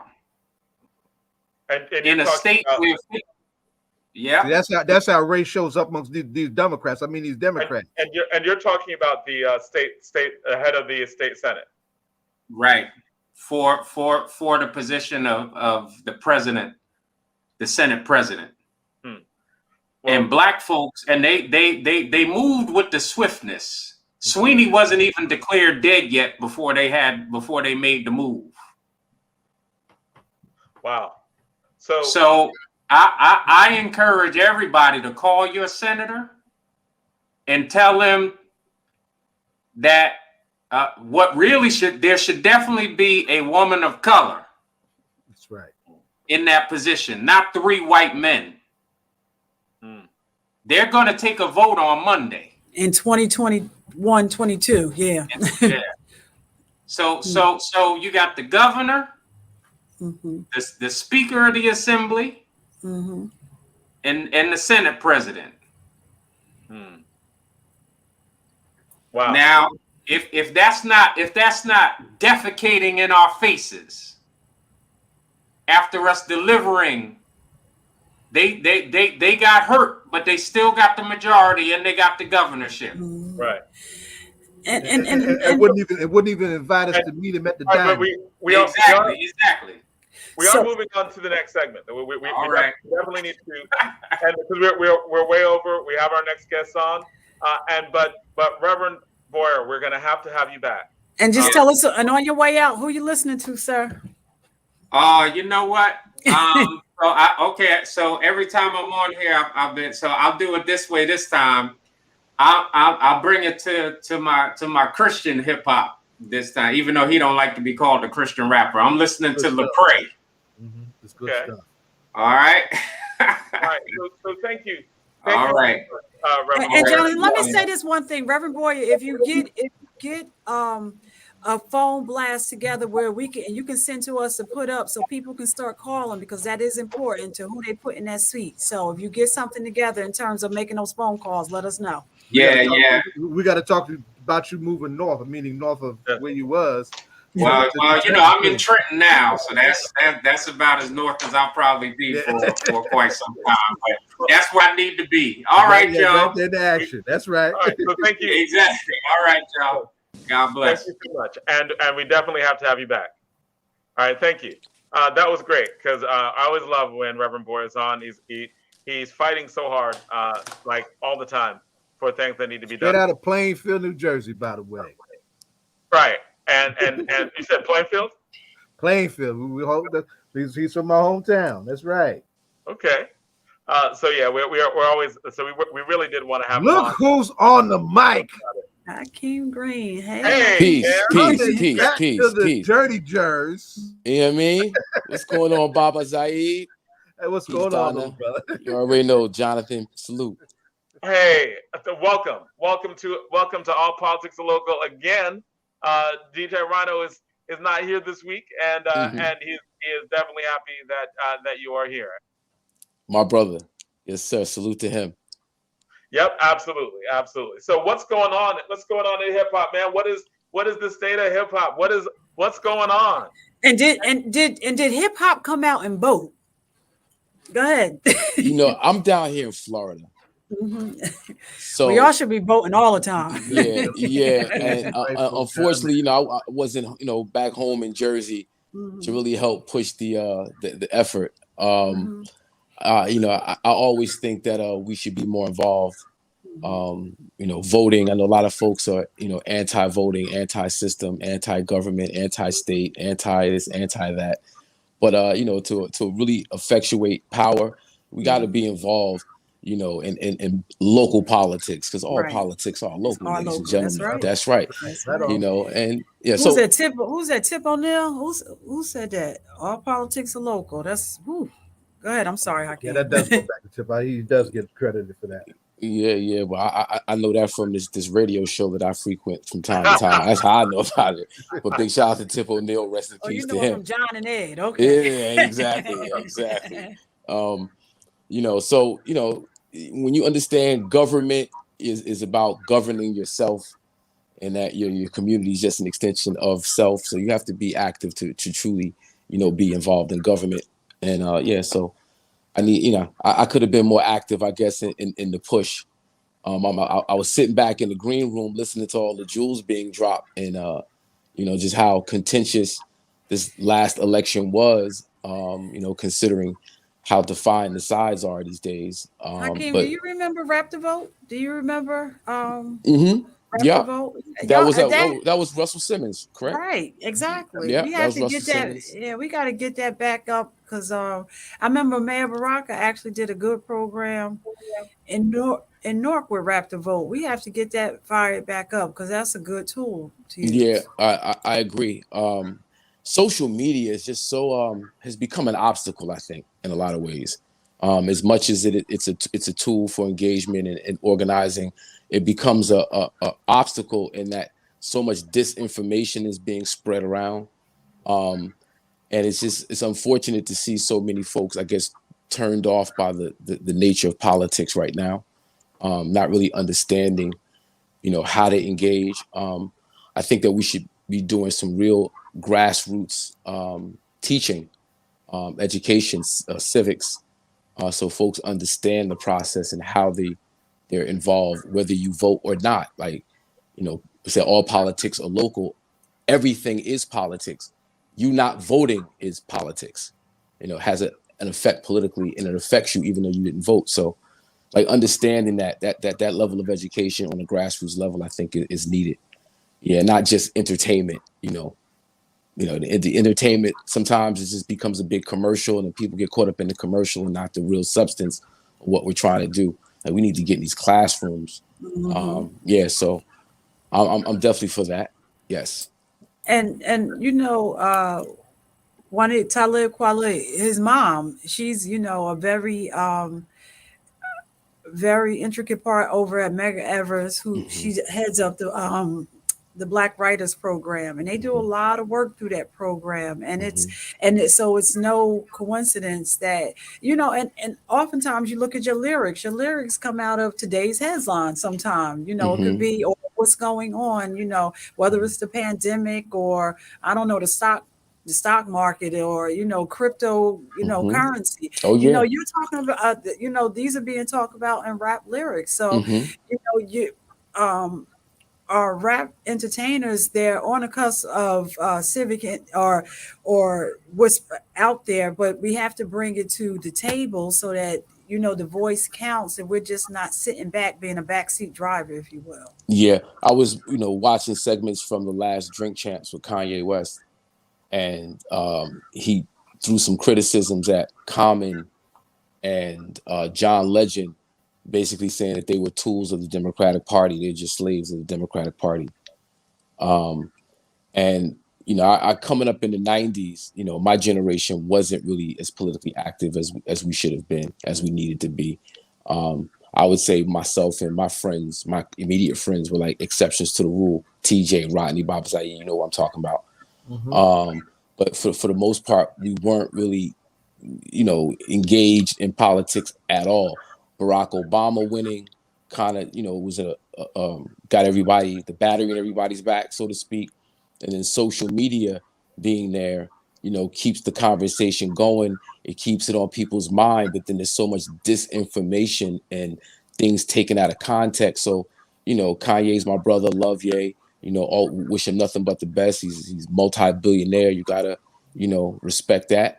But at the same time, I think that his understanding of where we're at with our people and how we engage with government is way off base. It's so wrong and so just it's troublesome, to be honest with you. And he and other folks like him, have the attention of a lot of folks because of what happens on social media and the engagement and having to debase yourself to get people to pay attention to you.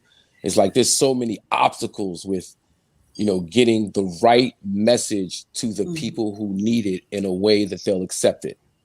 And I'm that's been my life's mission and challenge as an artist. And I'm all for figuring those ways out, working with people, interacting, engaging. I don't give up. To me, we say struggle. It's not a struggle to me. I have fun doing the work. Baba Zai, you know what time it is. But at the same time, it's just a realism of where the people actually are.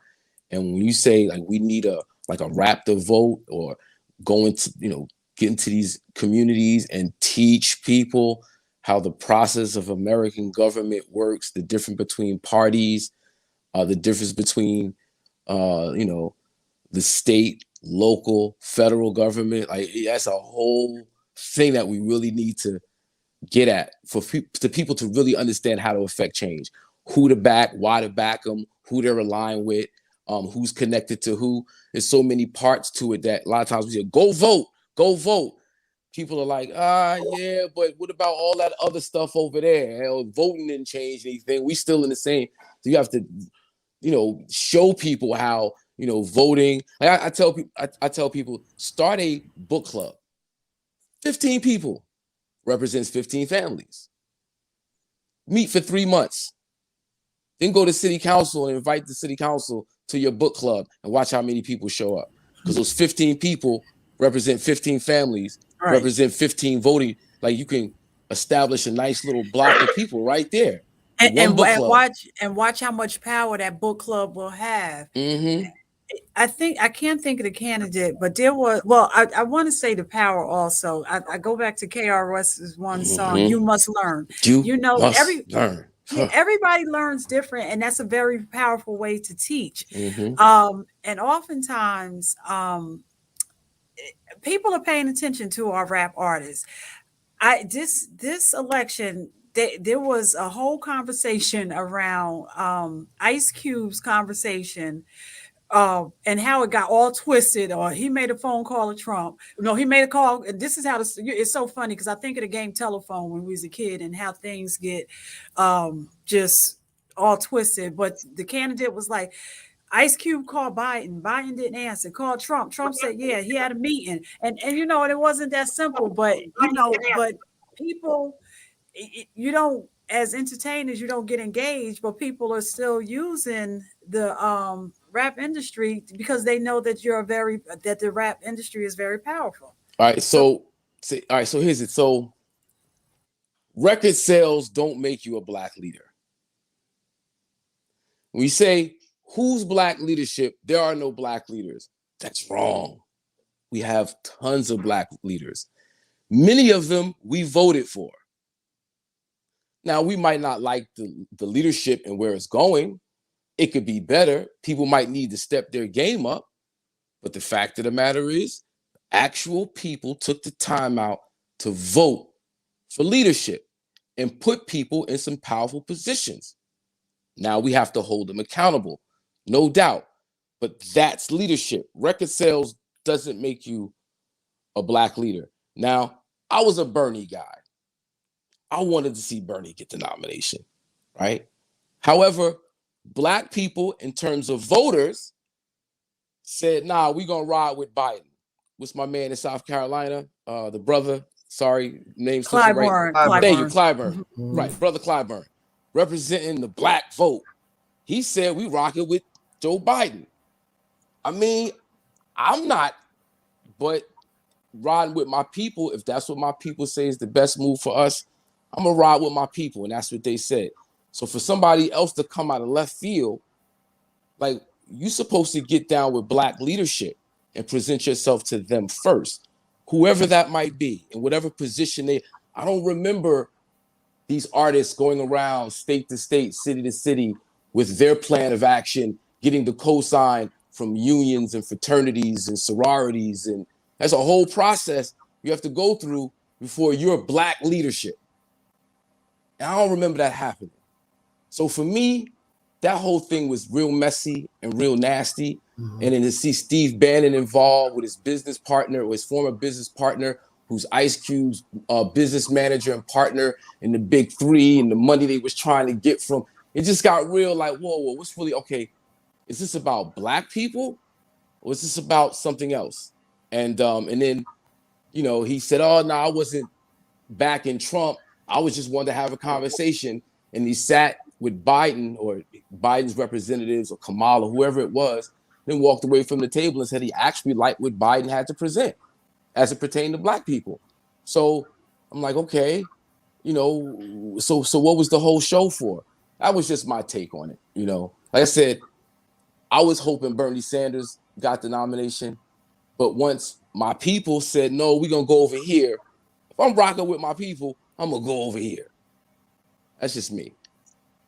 And Hakim, here's what Bernie Sanders did. A lot of his agenda items did move the Democrat. Yeah, it did. It did. It really, you know. So while Bernie didn't prevail, a socialist who's the head of the budget committee. That's funky stuff right there.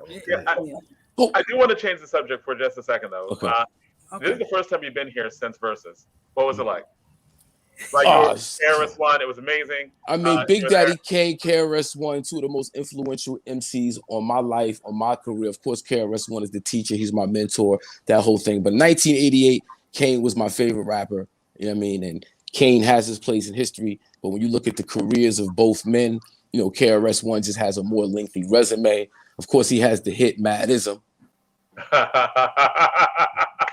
So yeah, I just had to come out and represent Jersey. You know what I mean? Yeah. You know, got and I appreciate you bringing the brother around with us. I was about to say, man, it was nice to be able to roll with the mayor, Ras Baraka. Had Newark up in the building. Mitty, Do It All was in the building. It was a lovely day, lovely evening. It was phenomenal. Yeah. And you are also doing a hip hop museum. Tell us about the hip hop museum. Well, I don't want to speed. I just want to say this. At KRS-One coming to Newark for 24 hours apiece opened up a door, or the Honorable Mayor Ras Baraka, I should say, opened up a door.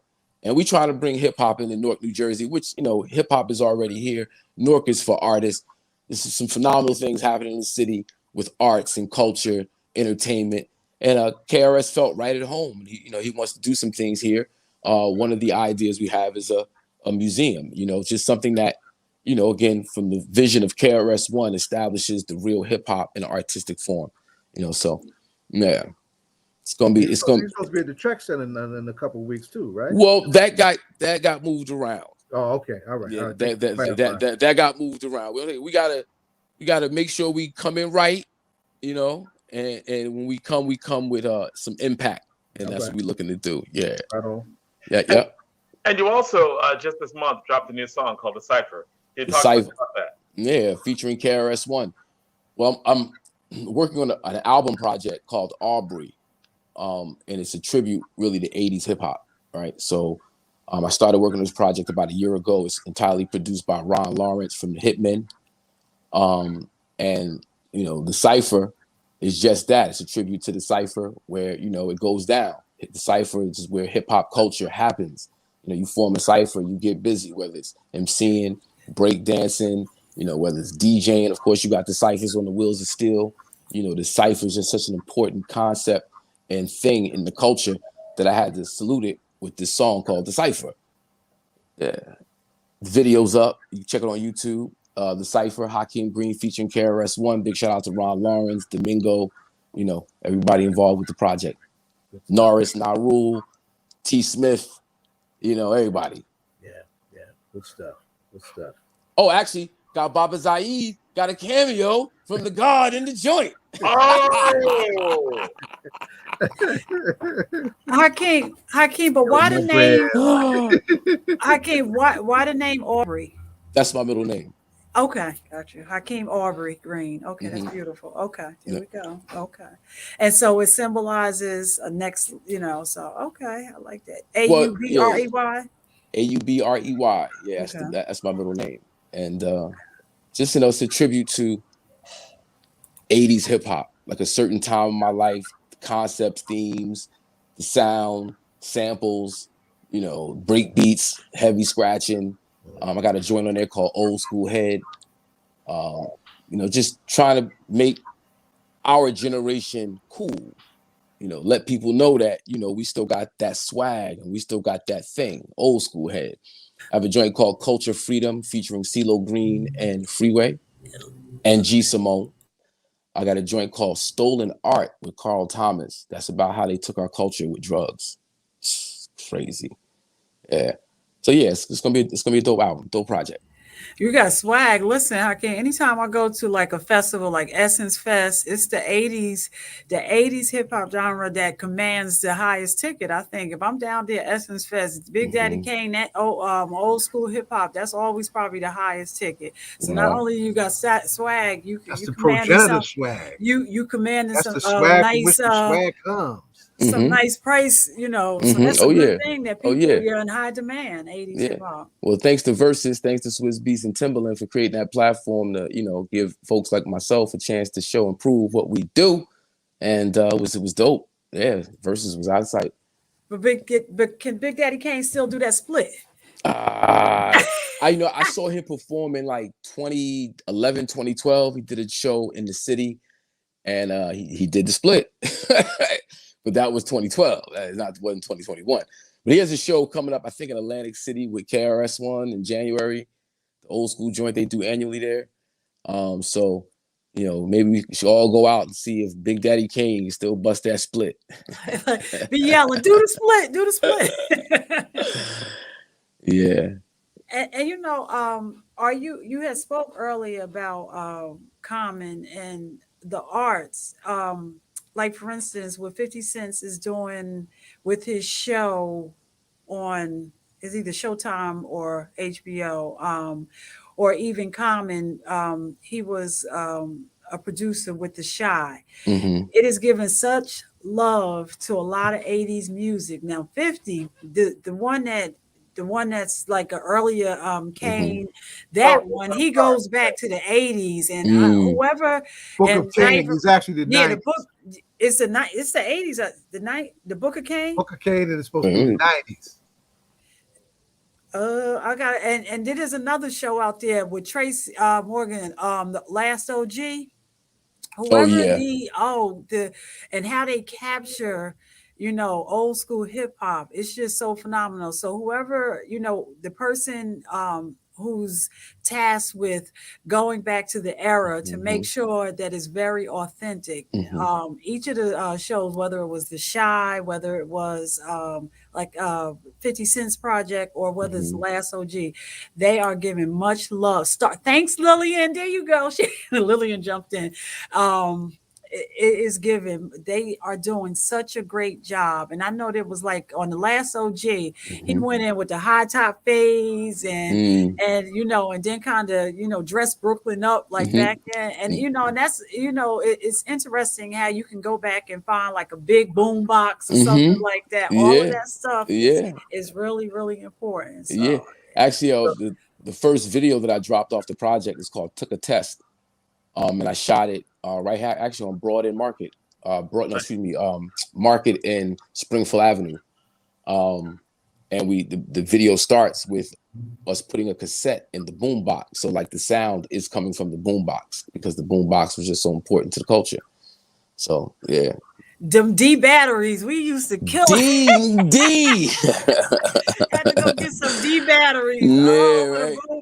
Yeah. I tell you. And even I know sometimes when I'm going into Brooklyn and going across the bridge, and what show had the interest to the bridge? I think it came on the hip hop show that always used to have the entrance to the bridge or something. Video music box. Yes, video music box and things like that. But yeah, so yeah, something it's special. Something about the 80s. Something was very special. Yeah. That's why we had to celebrate the 80s with this project. Right. And just it transcended a lot of darkness too. Say it again. Music that transcended a lot of darkness too. Yeah, a lot of darkness, a lot of pain. Serious resilience. Yeah, coming from that generation, for real. Oh yeah, 70s and 80s was off the chain. At the height of the crack era, AIDS hit. Coming out of the 70s, the country was bankrupt more or less. Yeah, it was heavy. Yes, it was heavy. And we survived it. Yeah, and to tell about it. Yeah. Yeah, I remember Scott LaRock and how that whole thing played out, and just to see stories about that was something very visual. I don't know, the whole thing with Scott LaRock was very visual. Yeah, it was hard. Just to change subjects a little bit, right? Like you talked a lot about the 80s, you talked a lot about the past, and you talked a lot about the album that's coming up. Who are the new young artists who inspire you, who you think that they're real hip hop? There's this kid Jid out of Georgia that's phenomenal.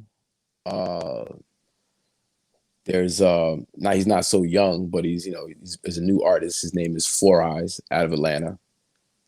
Super lyrical. Some very solid talent in Newark, New Jersey, no doubt. Drift is out there. Big shout out to him. 050, Negros Americanos. Got to give them a shout out. Nene Ali, phenomenal artist out of New York. But I'll be honest with you, I listen to a lot of 70s and 80s music. I don't really pay attention to the radio. I like battle rap. I like what they're doing.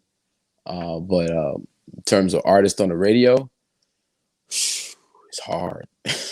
It's hard. Because a lot of my students don't listen to the radio anymore. That's all streaming service, all that other stuff. So are there any of the streaming service artists that you're like, yo, this is good, this is hip hop? Nah, I don't. I listen to YouTube.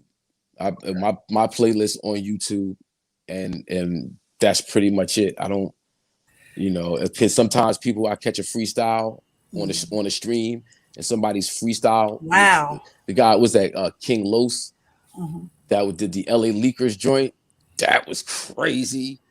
Like that's kind of how I get my hip hop now, just streaming up through my IG, and it's like a verse here, verse there, some freestyles.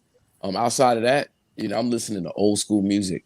I'm trying to be in another happier time, even though we said it was all dark. Mm-hmm. The music was so inspirational. Mm-hmm. It drove us to positivity and wanting to be creative. Stuck in the dark. That's right. Yeah. Do you get a chance?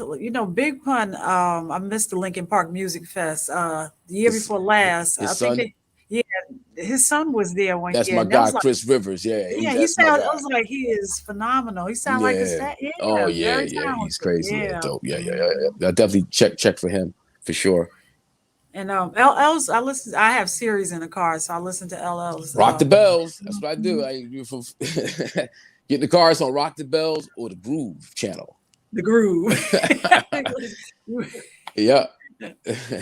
Studio 54, right? I'm always on 126. Yeah, right.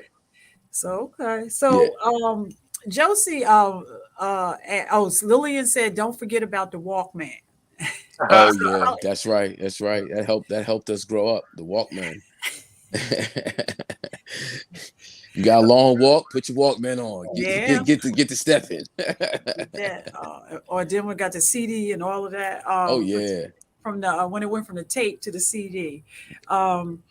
Josie had asked earlier when we was talking about Rap the Vote, was it celebrity driven? Would you say Rap the Vote was celebrity driven, or was it just a perspective? It was driven more from the perspective of.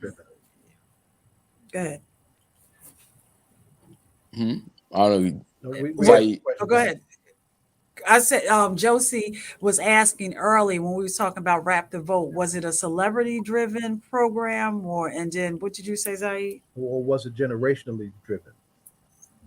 No, I would say it was celebrity driven in terms of the rap hip hop culture, getting artists, R&B artists who were relative to that, to the young people at that time, getting them involved.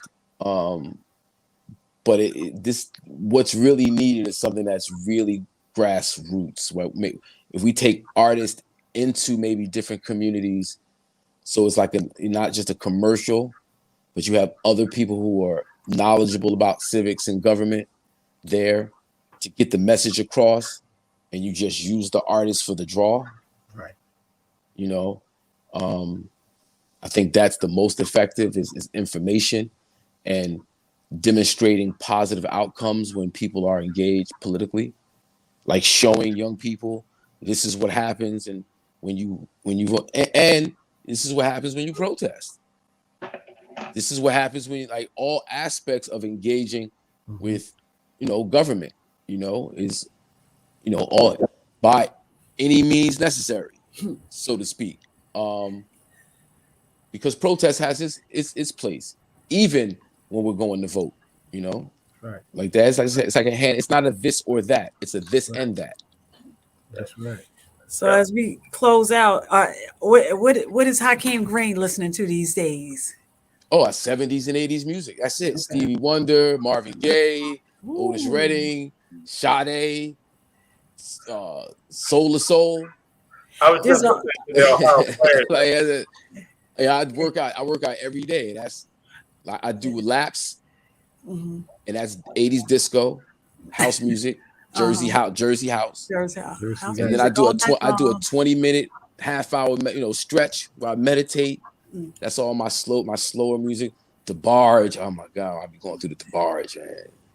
Oh man, I like the Ohio Players. They have this song. That is pure fun. Oh yeah. I did Friday Night Funk again too. Who did we just lose? Did Ohio's player just lose somebody? Somebody just passed. Yeah, Sugarfoot passed. Sugarfoot. It was like that was last year.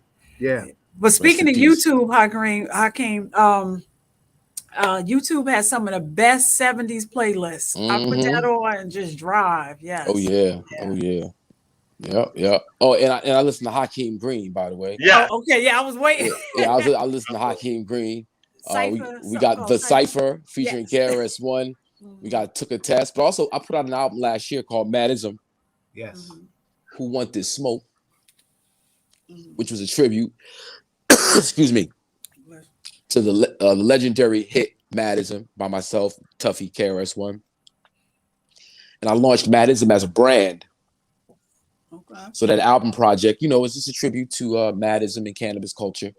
Features KRS-One, General Still, Do It All from Lords of the Underground, Tretch from Naughty by Nature, Keith Murray, Carl Thomas again, Drez from Black Sheep, Thurston Howell III, bunch of other folks. And so if you into the cannabis thing, let that be your soundtrack. As we close out, and speaking of soundtracks, is hip hop talking about Dave Chappelle's album and the fact that how he's laying his last albums out, how his last albums are going to be out, his last things are going to be albums. I mean, I'd rather spit something for you. Okay, I love that. Go ahead. It's not from bravery, yo. It's from the slavery, bro. Behavior we exhibit is unsavory, so I learned to push the ladder like Black Lives Don't Matter when it's time to rock the nation. Just enjoy and whip that like batter, getting money for the feeling. Hashtag stand with Cap, but Hov said we passed the kneeling. We said, what the 200K to Crutches Club? I guess all lives matter when my brother get the snub. Ends against the middle. We still ain't learned the riddle. How they X out the king like they did Malcolm Little. A game of this or that. We get treated like the black sheep. Should we leave this guy alone like Teddy Riley went to Blackstreet?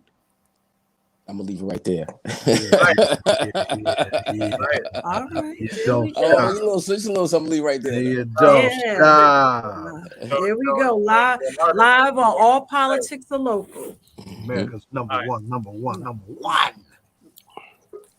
What's You good, have to keep Hakim? that and record that.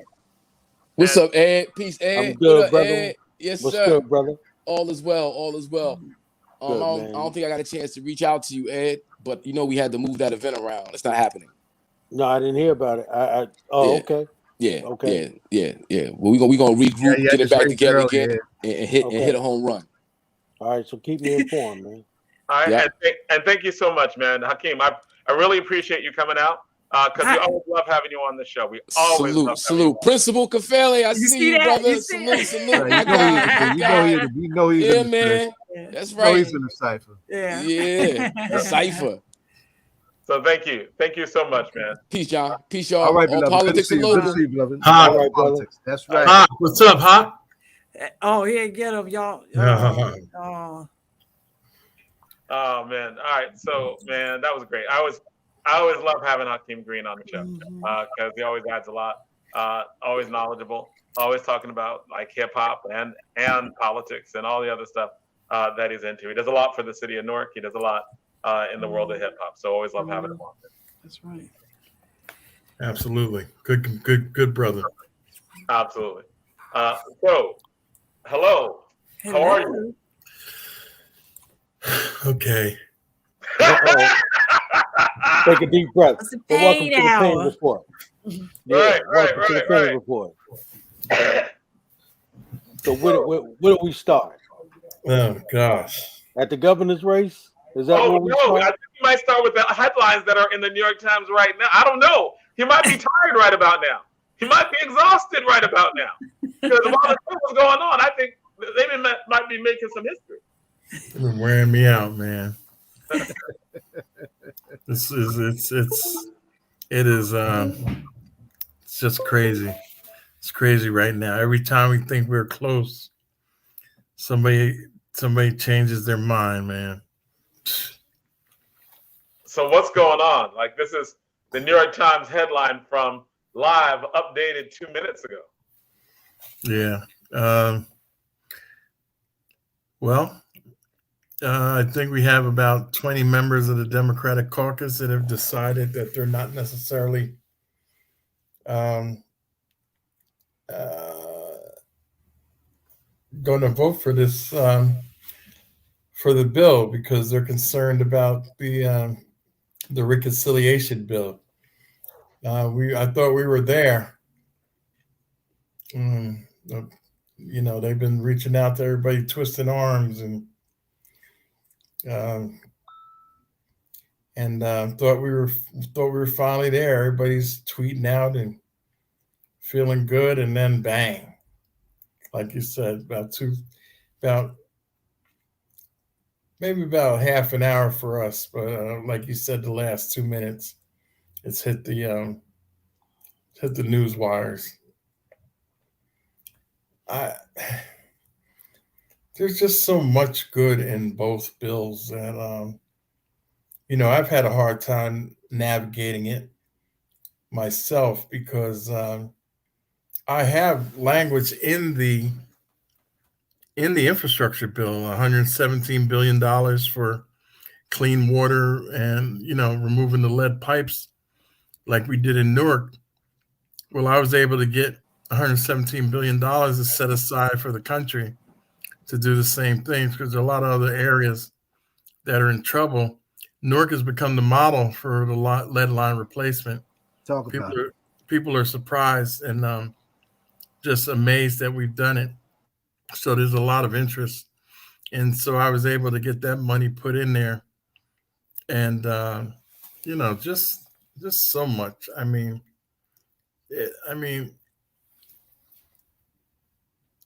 There's $66 billion in guaranteed funding for rail, additional $35 billion that would be subject to appropriations process, approximately $38 billion between different pots of money that could be used to fund the Gateway program, $12 billion in there for development of the corridor, Northeast Corridor services and upgrading.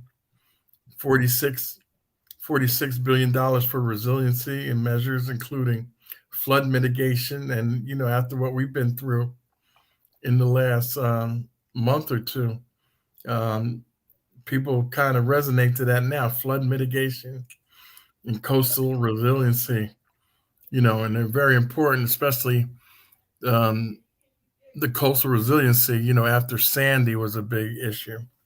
People are still trying to come back from Sandy. And, as I stated, a bunch of money for water infrastructure and what have you.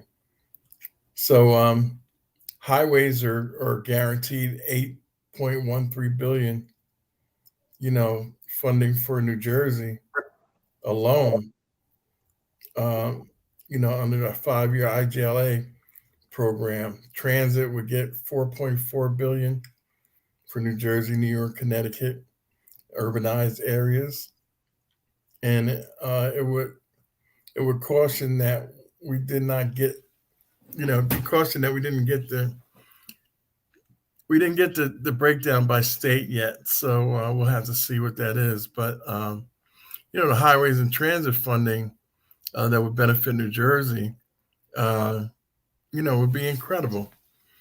And then the Build Back Better. So I've got an issue because, like I said, I have language in the actual infrastructure bill, but I know what the reconciliation bill means for my people. So I've got a bit of a dilemma. Do I not support, do I help write a bill and then say I'm not voting for it? I mean, that sounds crazy. I put all this language in it and then say, oh, by the way, but I'm not gonna support it. I mean, what kind of lunacy is that? So it's just been rough. The Build Back Better or the reconciliation bill, universal preschool for 3 and 4 year olds, child care expense limits, so families spend no more than 7% of their income on it. Expanded, and my favorite, the expanded child tax credit for another year that will help more than 35 million American households and reduce child poverty across this country. Investments in America, American clean technology, production and extreme weather protections, to reduce the climate change. It have expansion of the Affordable Care Act. Everybody needs health care. Medicare coverage, for hearing for seniors, which is a big issue. And investments in affordable housing, to build and improve, more than 1 million affordable rental and single family homes across the country, including in rural areas. And it would support the historically Black colleges and universities, Hispanic serving institutions, and other minority serving institutions. So, I mean, how do I not support that? I mean, I'm between a rock and a hard place. That's a tough position to be in, right? Like, as in, because I think the last time you actually did end up voting against the bill, like delaying the vote to delay.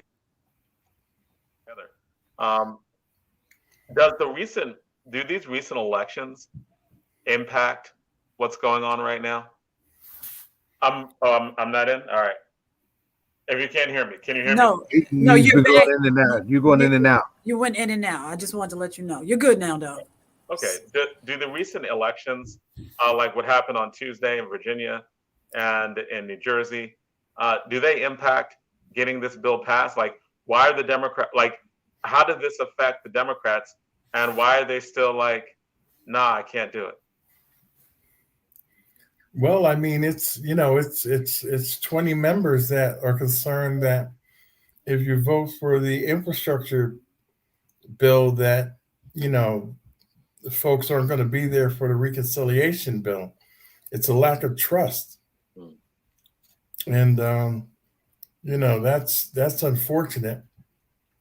But, the president said, well, why can't we do them both together? Right. Which would, definitely amplify your distrust, because if there's no problem, then why can't we do them together? But it's like, nobody wants to go first and then not have the other one happen. But if the mainstream one, everyone knows is going to happen, right? There's a bipartisan bill, everyone knows will pass. Right. What in the House? What are they scared of? Like I've not heard of anything in the bill that they are against, and the bill has been cut. The reconciliation bill has been cut and cut and cut. Like, what do they want? They don't want to do it. That's what it is. Well, that's the Republicans, basically. But, it's the some of the progressive wing are just very leery of, trusting the rest of the caucus and the Republicans. So. And it seems like that's not unfounded, in that I honestly don't know I honestly don't know why a compromise couldn't happen already. Especially when it's been cut from like 6 to 3 to 2.5 to 2, and now I think it's down to 1.5. Is it like 1.85? Yeah, around there. And so I'm like, do they just not? Like, do they just were like, no, we only want this bill? Because I don't even know what the political consequences are right now, right? As in, the bill's been cut so much. Well, remember, it's Manchin and Sinema, like two Democrats that are doing this, But it's not in the House. It's not like, and the House is, because it seems like in the House there are certain House members that aren't putting forth both as well. I don't know. I'd have to see who it is, but or is it? Because I'm not quite sure, right? Because sometimes it gets real complicated trying to follow what's going on. Is the reason why they? Who you telling? I'm on the outside. It's hard to follow, right? So is the reason why the Democrats are thinking about splitting it up right now so that it can pass the Senate, or that it can pass the House? Like, are there House members who are like, no, we're not voting on it? No, it's Manchin and the people. So this is really only in the Senate.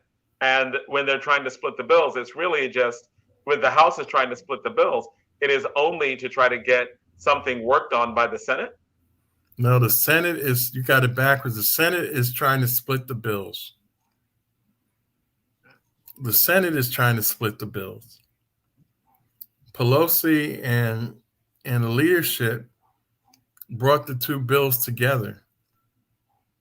And it's Manchin and Sinema who are causing the issues. Okay. So now the progressive part of the House, now they don't want to play anymore. They're balling up their fists and walking, pouting away. And so couldn't Schumer just rework the rework? Schumer hasn't had any power over these two at all. They realized a long time ago, Manchin, that he had some leverage, and he's using it. There are no Republicans that want to go along, so it's all in the all we would need is two Republicans, and then they could say, forget you, Manchin, but nobody's playing across party lines, so you need Manchin and Sinema. I remember in like when I was growing up, I would always hear about these deals on infrastructure being passed. Like there would be a new bridge in West Virginia, right? There would be like these projects that they really wanted to happen. Like, well, I'm just trying to figure out why can't we bribe Congress people anymore, right? Like with these perks for West Virginia or for What, Arizona. What what, happened? what, Where, what, where what y'all? word? What word did you just use, Jonathan? Well, I said bribe, but I used it playfully, as in like, when they were giving, they used to call it pork, and they were like, we would give this big project. I'm not responding to that. but I mean, you know the way I mean it, right? Like why can't like West Virginia just have the best infrastructure in the world right now, right? Like what's stopping? Like if I were a senator from West Virginia and I had this much leverage, I'd be getting tons of projects done for my people, right? I would give it. I'm sure he has been doing this. Sure, he's been doing it all along, but he's just not done. He's riding this. He's riding this pony as long as it can go. So do you think that they are trying to do this? Like, oh, sure, absolutely. And they're just holding out for more. President had Schumer Mansion at his house for the weekend 2 weeks ago in Delaware. Took him out of Washington, brought him to Delaware to try to negotiate it. Nothing. And by negotiate, it's like, hey, here are all these things that are in your interest that we're going to help you with. And he's just like, nah. Pretty much. Now, do you think that there is going to be a deal ultimately because they're just going to raise the price enough so he can't say no? That's hard to say. I don't know. I don't know how long the American people are going to go along for this. This fairy tale that we've been trying to sell them, which what it looks like now. I mean, this president was on the precipice of turning this country around with the investments he was making in the infrastructure and in its people. It would be revolutionary. This is as heavy as FDR. This is like the next New Deal. What he's doing, this country was gonna be transformed. Based on the things that he's doing and the numbers that he's using. And these guys, they don't think you should spend $1. They don't think you should raise taxes. They don't think rich people should pay taxes. And like I said, our tent is just so big that it's hard to satisfy most of it. And that's the problem. The Republicans, they have three things: no new taxes, pro-life, and give me my federal judges. Mm-hmm. And they are lockstep in that message. We're encompassing, transgender, New Green Deal, some of the military complex, industrial complex,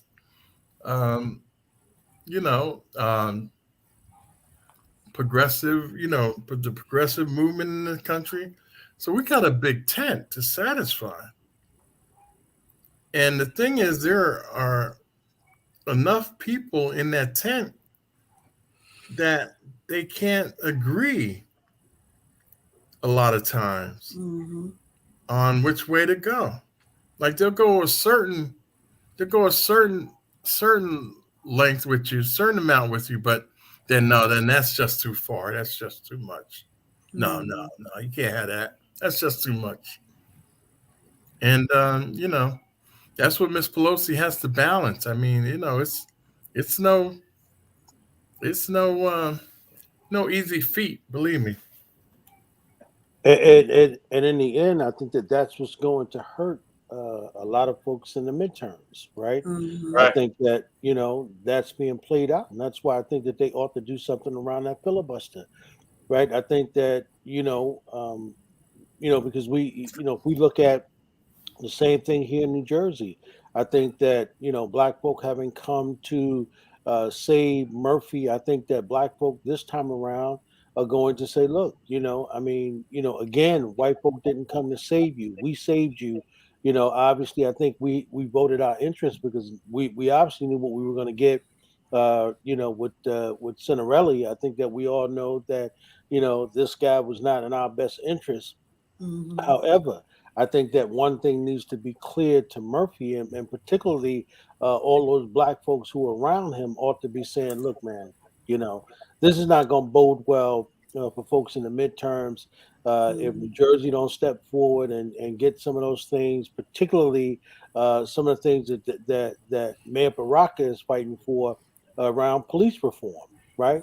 I think that, you got that bill on your desk. I think you need to sign it. I think that would be a good look for black folk for you to say thank you. Don't just say it in words, say it in deeds. And I think that when you look at Congress, I think that, for these folks to be playing games, listen, people are going to be hurt. And I can tell you that, what folks are saying on the ground, Congressman, when the Republicans get control back of the House, and they get control of that Senate again, trust me, they're going to go hard, right?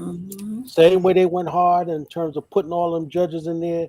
And once Biden lose power, it's going to be hard for another Democratic to win that seat, because Trump is organizing. Them guys are organizing every single day, right, on how they're going to make the moves that they're going to make. And so somebody needs to say, look, man, the only way we're going to get this done, you got 10 people that backed up now. The only way y'all going to get that done is somebody's going to say, well, we got to do away with this filibuster because black folk ain't coming. And I heard somebody say, Congressman, not to cut you off, I heard somebody say about, the voters, down south. They were saying that young black folk are clearly saying if he doesn't do something around student debt, they are done. They are not coming out to vote, period. Yeah, sounds about right. Yeah, no, it's we got quite a dilemma, on our hands, and it is just baffling, to be honest. I'm just really in a quandary. I'm like in a bit of a daze, like, been going through this this is the fourth week in a row we were going to vote this week, and it hasn't happened yet. And it's killing Biden. His popularity is going down based on this. That's absolutely right. Yep. He's under 50% now. That's absolutely right. Some people think Virginia might have gone the other way had they passed this a few weeks ago. Yeah. Yeah, I think McAuliffe had problems, though. He he shouldn't that whole thing about not letting parents in schools, or you're not going to have parents dictate what's taught in schools. Well, I'm sure Mr. McAuliffe, who's done very well in his life, sent his children to the best private schools, and had anybody, headmaster or anybody, come to him and say, look, you can't tell me what to teach your children, he would probably have sued the school, owned the school, and put that guy out to pasture. So you got to watch what you say.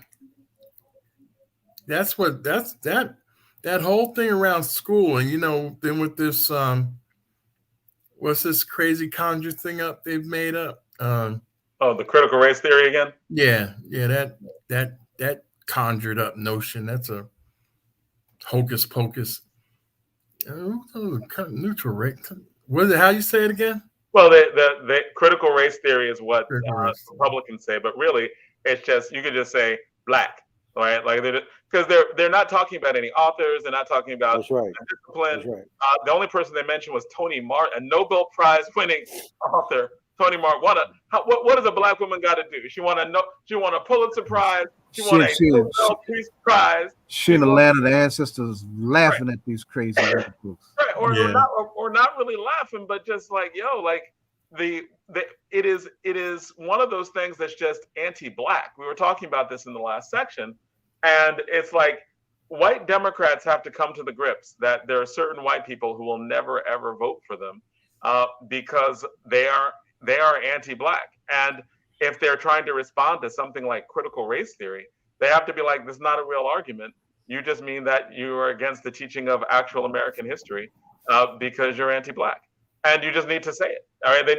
They need to be able to go hard on it and just say, no, it isn't what you're saying it is. At the point that you're just against the teaching of Toni Morrison, or you're mad because President Jackson Andrew Jackson was considered negative for the Trail of Tears and for things that objectively can be considered as wiping out Native Americans, then you just don't want the teaching of history. You just anti-black. You just white supremacy. You just bad, right? Like, and that just needs to just be said, that it's not like I like when you said, Congressman. I like when you said whatever they just made up. What did they say? I like that when you said that, because it's not, what they're saying isn't real. You could call it hocus pocus, or you could just say the black ghost, because that's what they're just invoking. It's like, you could just say Black Ghost 2020. Yeah, the boogeyman. Right. There's always a boogeyman. Right. You know? And if it's Willie Horton in '88, right? And it was like, oh, it's Willie Horton, or if it's affirmative action, you wanted that job. Like, you get election after election, there's a black boogeyman. There's a or if it's defund the police, right? Right. Exactly. Right. Yeah. There's going to be some black boogeyman in every election, and and white Democrats have to stop falling for it and just call it what it is. Is this black boogeyman next? And we got to stop giving them ammunition. They create it. Critical race theory is so created. If you don't have it, they just make it up. They made it up. But see the problem we run into with that too, Congressman. I hear you say that we got to stop giving them ammunition. That was the same thing that was going on in King Day, right? With Kwame Ture. When he would go to him and he was screaming Black Power, and Dr. King would say, well, we don't want to say that because that's going to push people too far over here and that's going to scare them, right? Like, we organizing some great, Black Power, when it was about Black people trying to come together to define themselves, right? Around what sort of what Mayor Baraka says all the time when he come on the show, we got a right to define ourselves. We got a right to talk about, our ideals and our culture and the way we want to talk about it. But if we take it to the larger platform and we say it in a way that it makes sense to us, white folk take it as though, those are the words that all of a sudden are going to mean white folk are organizing to kill us. I mean, Black folks are organizing to kill white folks, because that's what they were saying on the show with Oprah with Whoopi Goldberg. She was having a discussion with. You remember we had that on 2 weeks ago, John? Oh, The View. Yeah, on The View. Condoleezza Rice. Yeah, Condoleezza Rice, when she was on, and so she was saying, Congressman, she didn't want to talk about race theory from a Black perspective because she didn't want to make white folk feel uncomfortable. Well, I don't know if there's any other way to talk about our history and tell the truth about it, and it's not going to make them feel uncomfortable. And she also said, can we just move past January 6th? No. like, can we just move past it? Right. No. Yeah, I heard white folks tried to overthrow the country. I mean, that happened, right? I mean, is that not the truth? The truth.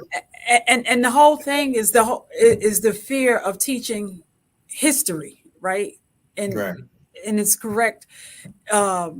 and as you got passionate a couple of weeks ago, when we start talking about the Amistad, is what Assemblyman Payne, your uncle, sought to do, was to correct how history is taught, to teach history correctly. And it's not, and whether we're here in New Jersey talking about it or we're talking about it from every state, they just don't want that done, period. Right. Well, I mean, because they just want white supremacy. They know what they have meted out on black people over a period of time. And, I mean, if I beat somebody up for years and years and years and, I get old and they're still young, I'd be scared about them doing to me what I did to them. And that's the biggest fear. Yeah. That's the bottom line. They figured if we ever get to power, we'll treat them like they treated us. And therein lies the whole issue. They're worried about being the shoe being on the other foot. Yeah. So. And I think that, at the end of the day, man, I think that, black folk, particularly the Congressional Black Caucus, I think those brothers and sisters, who are in that caucus, who got the president's ear, ought to say something to him, right? In private, just say, hey, man, look, if we don't get something done, before the midterms, it's a sign of what's going to happen around the country. Black folk, particularly them young people, are not going to be energized, and that brother in Atlanta is going to be in trouble, right? It's going to be in trouble because without them young people on them campuses organizing and coming out, we had it but 2 minutes. That's right. Mm-hmm. Yeah, it ain't going to happen. And so somebody's got to be saying something to this president to say, look, man, we've got to do something. And if that means getting rid of this filibuster because, that cat in Virginia he's playing games, man. And if that means letting the Justice Department take its gloves off and do what the Justice Department is supposed to do. That too, right? Let's not forget how hard that Justice Department was going when Obama was president. Remember that? These cats were just, they in terms of putting judges in terms of shaping the court the way they wanted to shape it, and it just seems like the Democrats are being real docile right now. Like, why? Mm-hmm.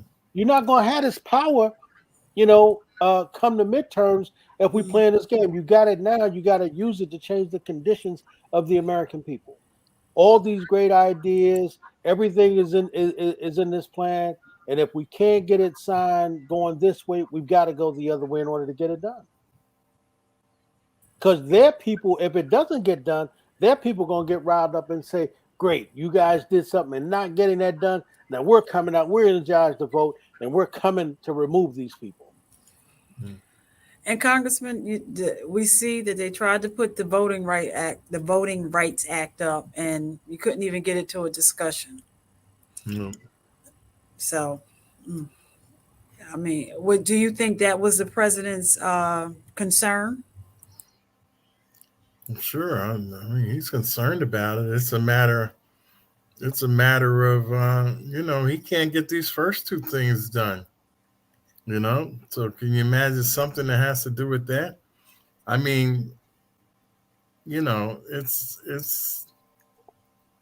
It's rough right now. John Lewis must be turning over in his grave, Congressman. You know what I mean? John Lewis. John Lewis probably trying to come up out of that grave. He's probably trying to come. He ain't turning over in his grave. He's just gonna say, "Fight! You need to fight."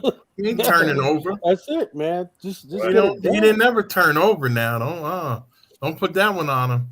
He ain't gonna just turn over and say, "Oh well." No, he's gonna fight, and that's what we're gonna do. That's what we're gonna do. Yeah, so this is one of those things where I don't know, like you were optimistic a few weeks ago. Are you optimistic now? I am, not to the extent I was then, but I'm still optimistic, absolutely.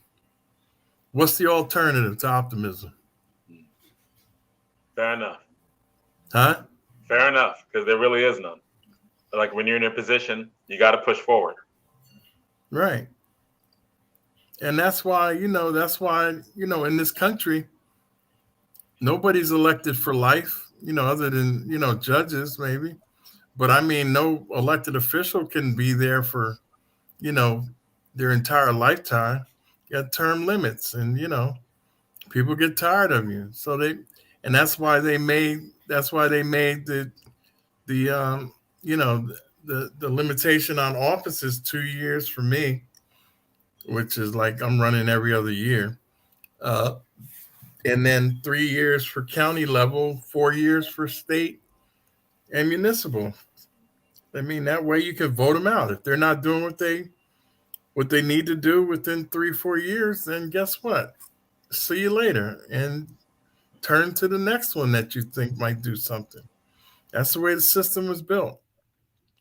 Yeah, I think that with Manchin, he might end up in a very similar way of Sweeney, as in the conservative Democrat ends up getting done in because he didn't push his district further to the left by leading it there. Because if West Virginia really wants a Republican, they've got a lot more Republicans to choose from.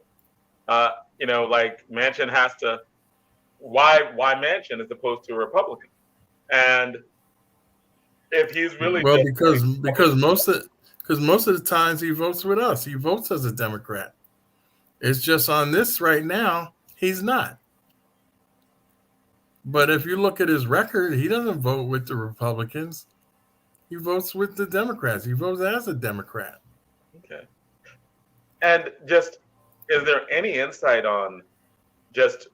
It's amazing he's been able to stay in office that long in West Virginia. True. So he knows his voters, because he walks out there and says he's not hiding. I'm a Democrat. Like, I'm a Democrat, by the way, but I go up here and act Republican. No, he tells them I'm a Democrat, and they vote for him because he must be doing something, they appreciate. And that's bad for us because it seems like everything he does, helps the Republicans. But he's a Democrat, unfortunately. Right. And there's one where it just seems like money is not a thing. Money for his district doesn't seem to be a thing that he's moved by. Because I can imagine the things that have been offered to be showered on West Virginia.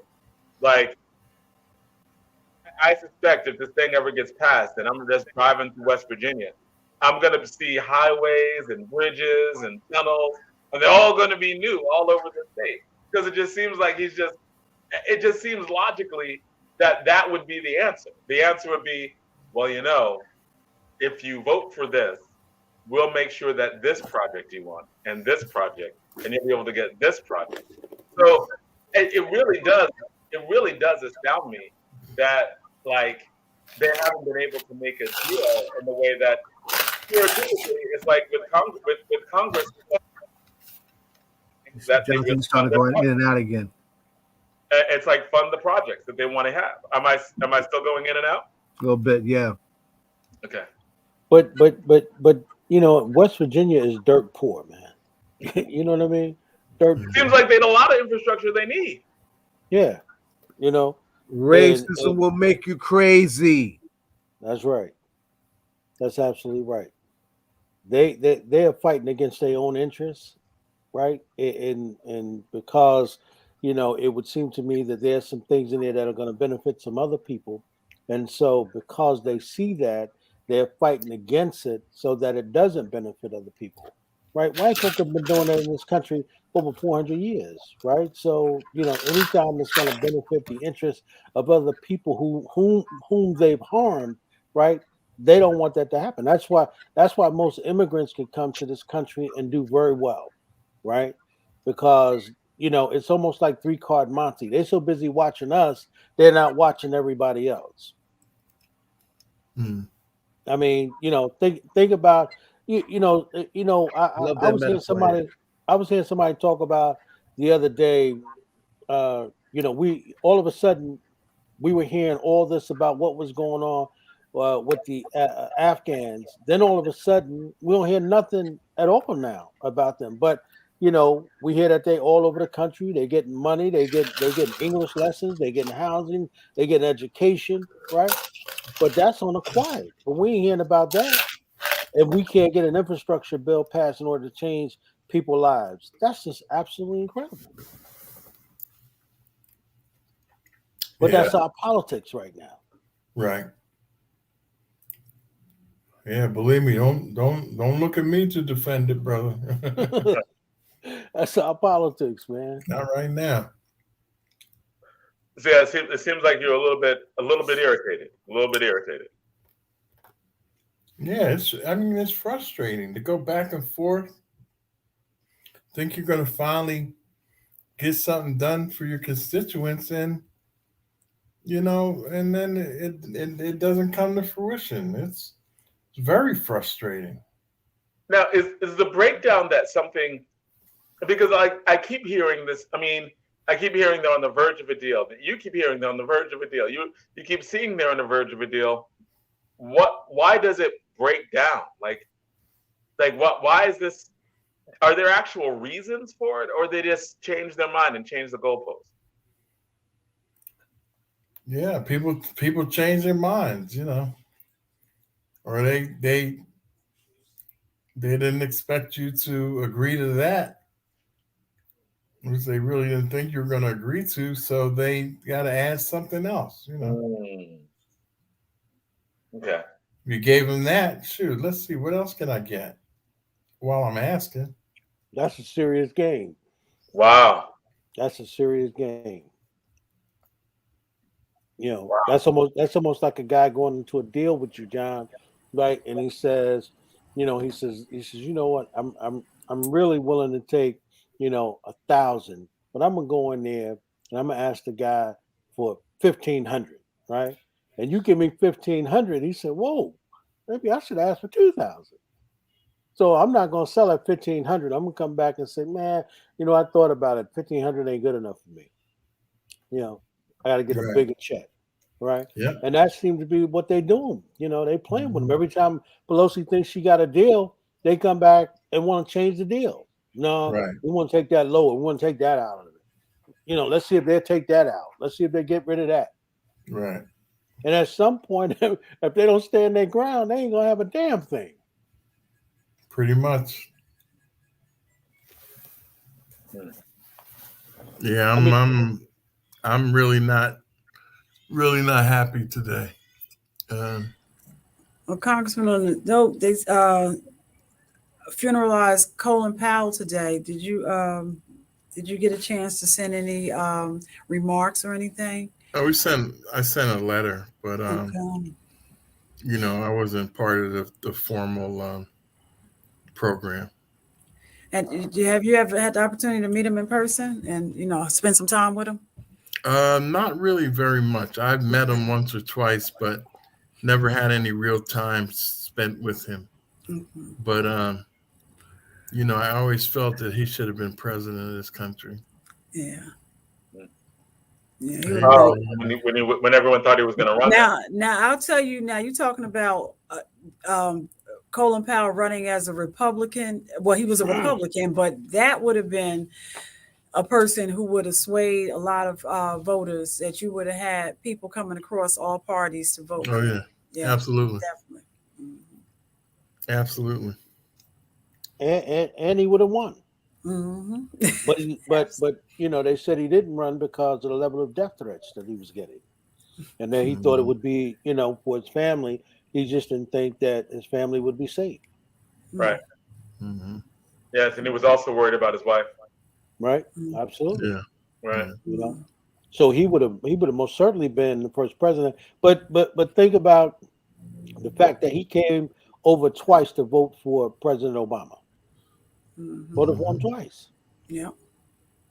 So it speaks to his character, particularly about supporting young Black people, and about whether he didn't necessarily agree with Obama politics, but he definitely agreed, with his ideals, Mm-hmm.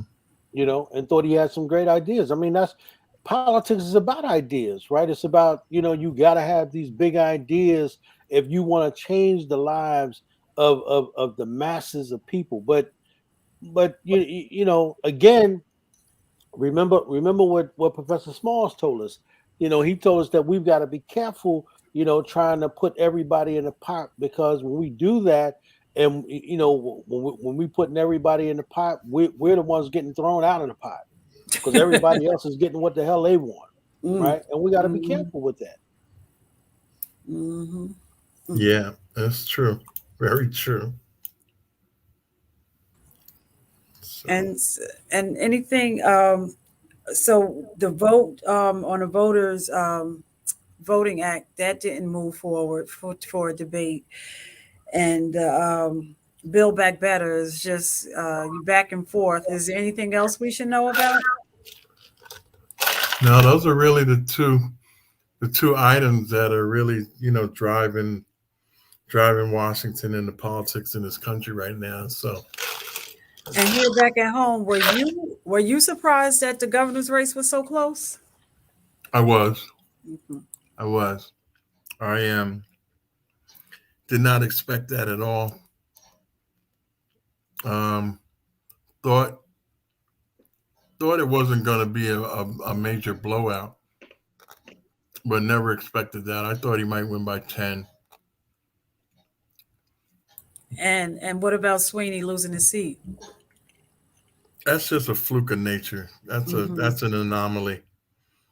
That's like another AOC moment. Those are just flukes. Everything lined up perfectly, and obviously Sweeney did something, that turned a lot of people off. And so,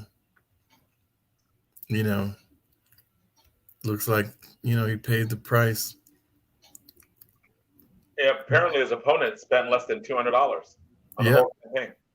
Yeah. Unreal.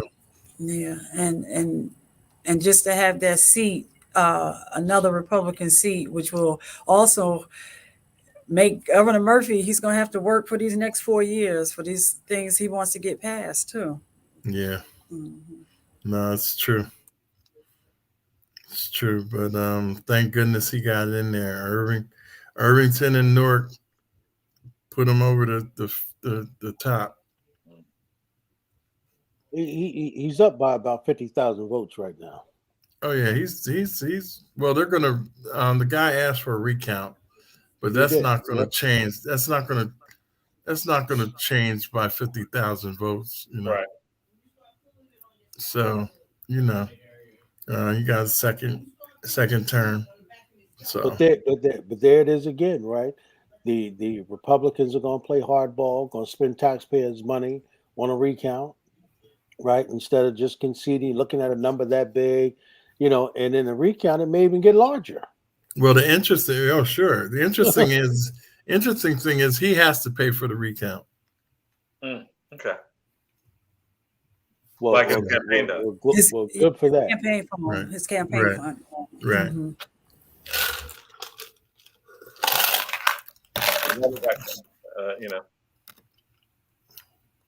Now, is there any good news that coming from Congress at some point? Because there's been, we've had some good times and we've been like celebratory, and then it's been like, not today. Today's been like a wild kind of day. Is there some good news, some good stuff going on that we don't know about, some good stuff that's going to happen that we should look forward to in the close future? Can you give us some good news? Well, I been doing a few things. I had a nice program today with Women's Rising, which is a domestic violence shelter in Jersey City that I've worked with over, my time in Congress. And I partnered up with Amazon and Ring Doorbell, and they donated 1,000 Ring doorbells to the shelter for women, you know, to put on their homes. So, you know, somebody that wishes them ill will won't be able to creep up on them. So that was really big.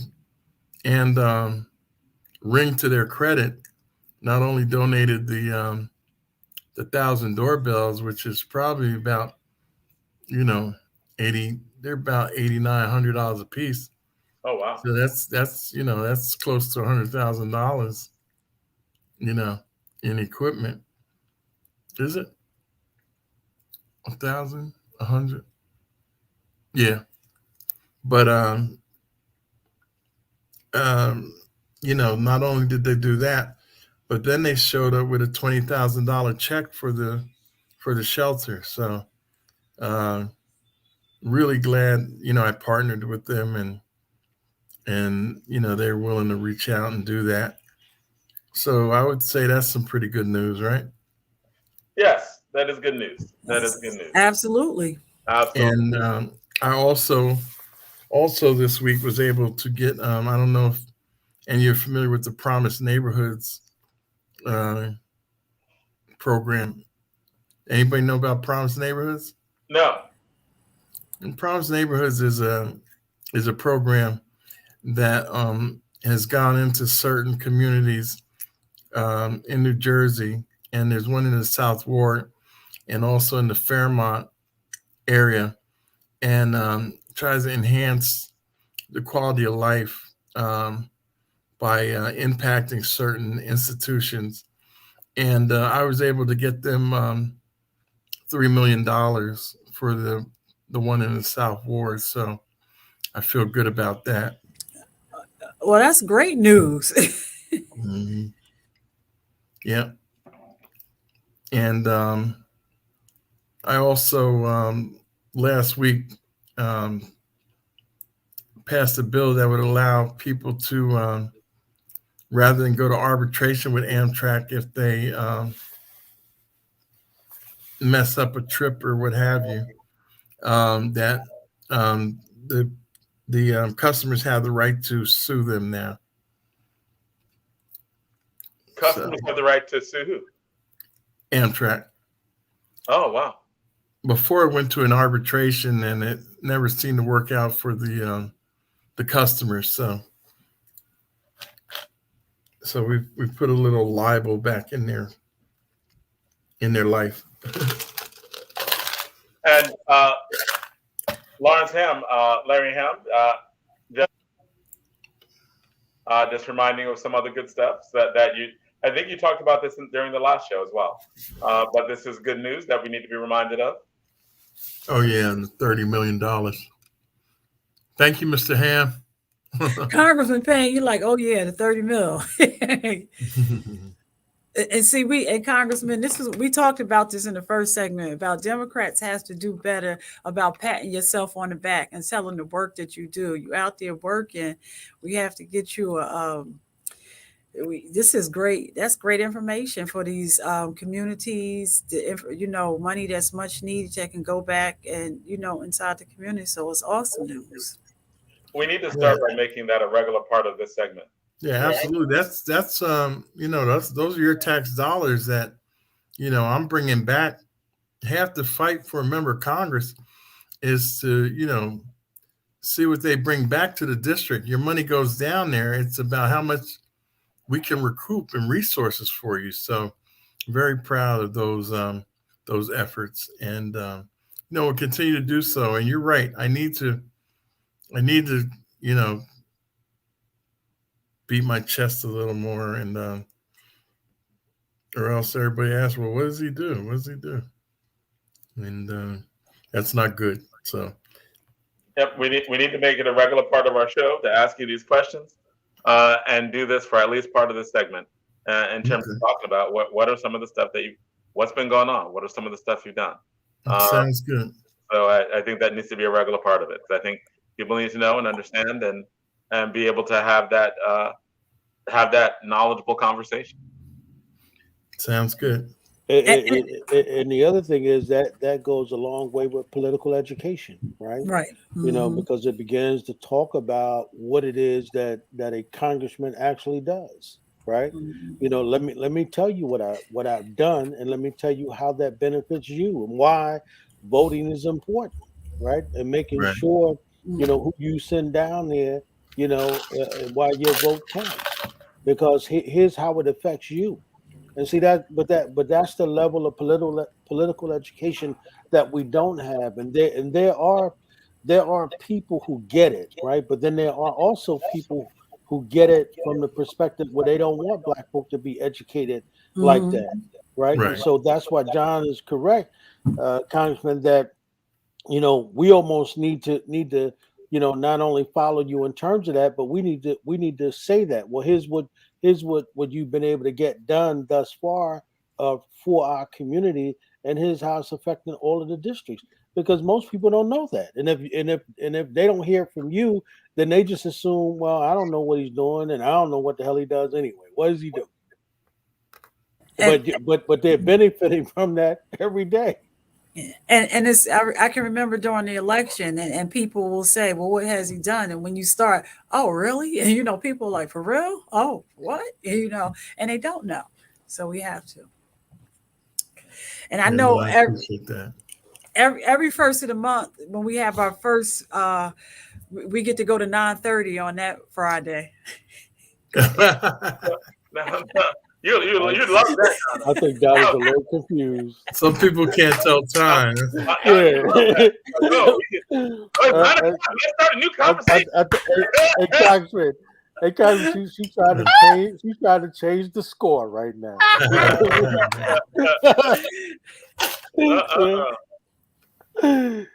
Hey, Congressman, I'm about to quote Jay-Z. She keep that up. You know what I mean?